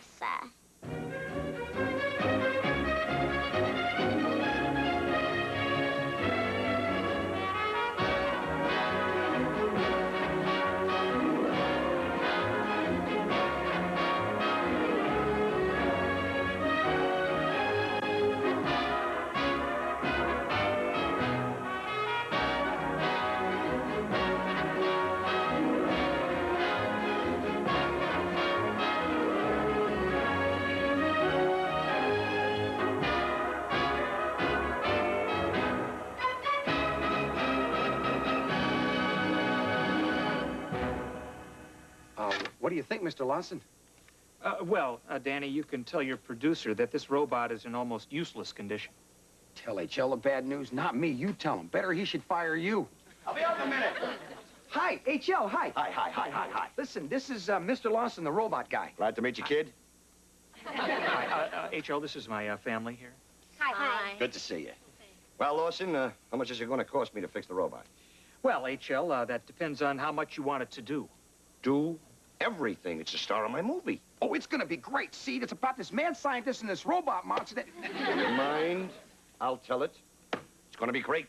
It's about this mad scientist who builds this robot monster that terrorizes everyone in the village until finally the town people burn the castle down with their torches. Hmm? Oh, I get it. Sort of a cross between RoboCop and Frankenstein. First rule of Hollywood, kid, steal from the very best. Well, what's this epic going to be called? Oh, I dreamed up a very original title. Robostein? You and your stupid titles. Yeah, HL, I can fix your robot. Should only cost you about $6,000 or $7,000. $1,000? That's an arm and a leg. What can you give me for $600 or $700? Just a leg. Lawson, give me a couple of minutes to think about this. 6 or 7. Listen, how about... Hey, HL, I got a great idea. We forget about the robot, hire an actor dressed up like a robot. What are you, an idiot? Here's what we'll do. We'll forget about the robot, hire an actor dressed up like a robot. Great idea, HL. That's why I get the big bucks. Mr. HL, when's this going to be on TV? Oh, it's gonna be on... HL. Mm-hmm. So, you, like monster movies, huh, kid? Oh, yeah, they're my favorite. Oh, yeah, Vicky, too. I guess all kids love them. Oh, sure. Hey, HL, that's it. We aim the movie to kid audience and get a kid to play the robot. What, are you, an idiot? Here's what we'll do. We'll get a kid to play the robot and aim the movie at a kid audience. Great idea, HL. Now, where am I going to find the kid? I'll make her a star. I want to be a star. HL, listen to that. She sounds just like a robot. She could be the kid. I'll decide who the kid is. The star of my new movie is that girl. No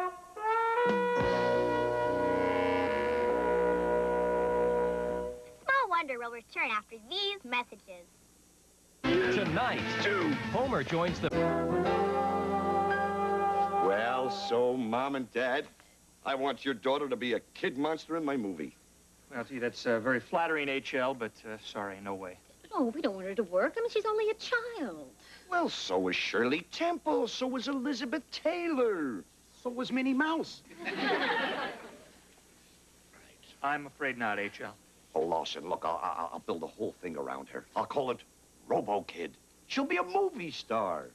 I'll work a few hours a week saying words that someone else thought up, and then make a fortune.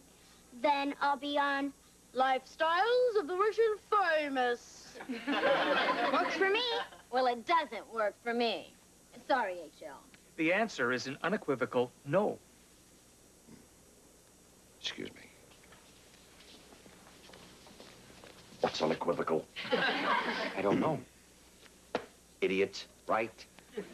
Lawson, if you need me, I'll be over on stage 8. Let's go, idiot. Well, if they're not going to use the robot, I guess my work's done. Can we look around a little before we go? Well, sure, as long as we're here. This might be my last chance to see a real Hollywood studio. Till I'm old, like you and Dad. Let's go, Grandma.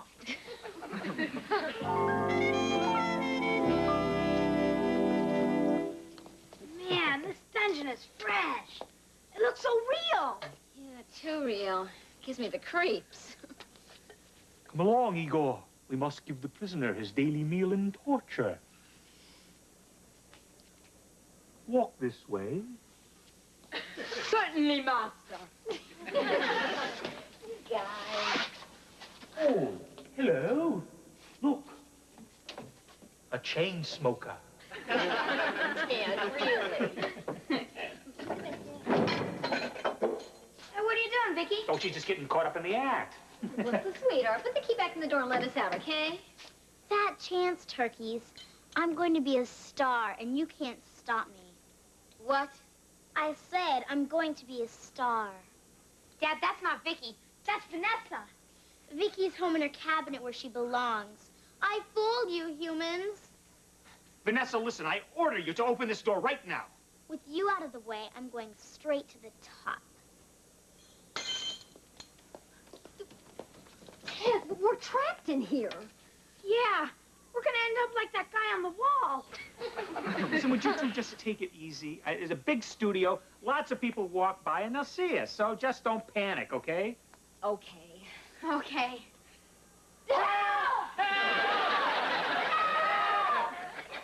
Oh, terrific. This set is going to look great when it's finished. Only, give me more bubbles. More bubbles? Right, and more big spider webs. More big spider webs? What are you, an echo? What are you, an echo? And brains. Well, we need more brains? No, you need more brains. Right, all right. Mr. H.L., I'm ready to be a movie star. My parents changed their minds. Oh, kid, that's great. Look, here's the script. Now, you study this for a couple of hours, and then we'll give you a screen test, okay? Ready when you are, H.L. No, kid. So you're supposed to read it so you'll know the part. I already read it. I know all the parts. All the parts? How? I've got a charge-coupled photoreceptors and a molecular matrix bubble memory parallel processing system. That explains it. Right. Okay, look, let's try this from the top. Danny, you get over there. You're the mad scientist. Kid, right up here on the slab, all right? Here we go. Quiet on the set. Quiet. And action. It's alive. It's alive. I love you, Rex. What will happen tonight when you go? Cut. Hey, kid, look, don't pad your part. Just say what's in the script. Now, remember, you're Robostein. You're a kid robot. That won't be hard to remember. Okay, great. From the top. Here we go. Quiet. And action. She's alive. She's alive. Yes, I'm going to be, but you're not. Help, Mother! Oh, kid. That was terrific. Kid, you're fabulous. Kid, you're strong. Have the part, H.L.? Oh, absolutely. As soon as you get your parents to sign this contract. My parents have to sign this before I can become a star? Oh, yes, that's right. A minor needs their parents' permission. Now that's not going to be a problem, is it? No problem at all. Oh, that's great. Well, we start work tomorrow, and what a scene. Yeah, you're going to love it. See, these peasants. Now, come in here. I'll tell it. You see, you trap these peasants in a dungeon, and you pull this red lever, and the walls close in, crushing everybody inside, huh? Sounds like fun. See you tomorrow, H.L. baby. H.L. baby. I like that. Maybe not. Ted, where are all these people that were going to come and get us out of here? Well, it's Hollywood, honey. Maybe they're all doing lunch. I'll accept him. Hello, family. Vanessa, all right, you've had your fun. Now open this door. Daddy, you're not giving the orders here. I am. And I order you and Mommy to sign this contract so I can become a star. Well, what if we don't?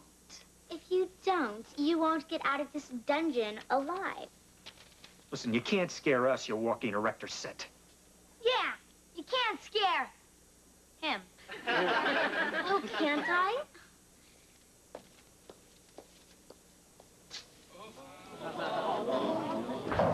Ted, the walls, they're closing in on us. Dad, do something. Hey, listen, don't panic, anybody, don't panic. I'll just put this table right here in between. Good idea. See? There, that'll stop them. Where do we sign? That's better. Sign it the X. Okay. There. Okay, there, it's signed. That's better. See you. Wait, Vanessa, aren't you forgetting something? Oh, right. That's showbiz. What is going on here? What is all this yelling? What are you doing? Just having a few laughs. Oh. Oh, my set! My set! It's styrofoam. How much could it cost to fix? Well, there's no money in the budget for styrofoam. Well, blame it on Vanessa. What? Who's responsible for hiring this set wrecker? You are, H.L. Who asked you? Wait, I got it. And you, I'm gonna sue you for every cent your father's got, and you're fired. You can't fire me. I'm a star. I'm going to have my name in lights. Oh, yeah? Well, lights out, baby. Yeah, well... He switched her on. Ted, can we go home? I've seen enough of Hollywood. Yeah, me too. Yeah, same goes for me. Well, Vanessa, as they say, Fame is a fleeting thing.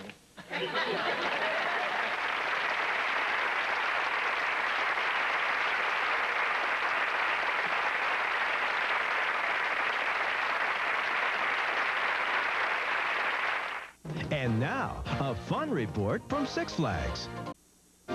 She's a small wonder, pretty and bright with soft curls. She's a small wonder, a girl unlike other girls. She's a miracle, and I grant you, she'll enchant you at first sight. She's a small wonder, and she'll make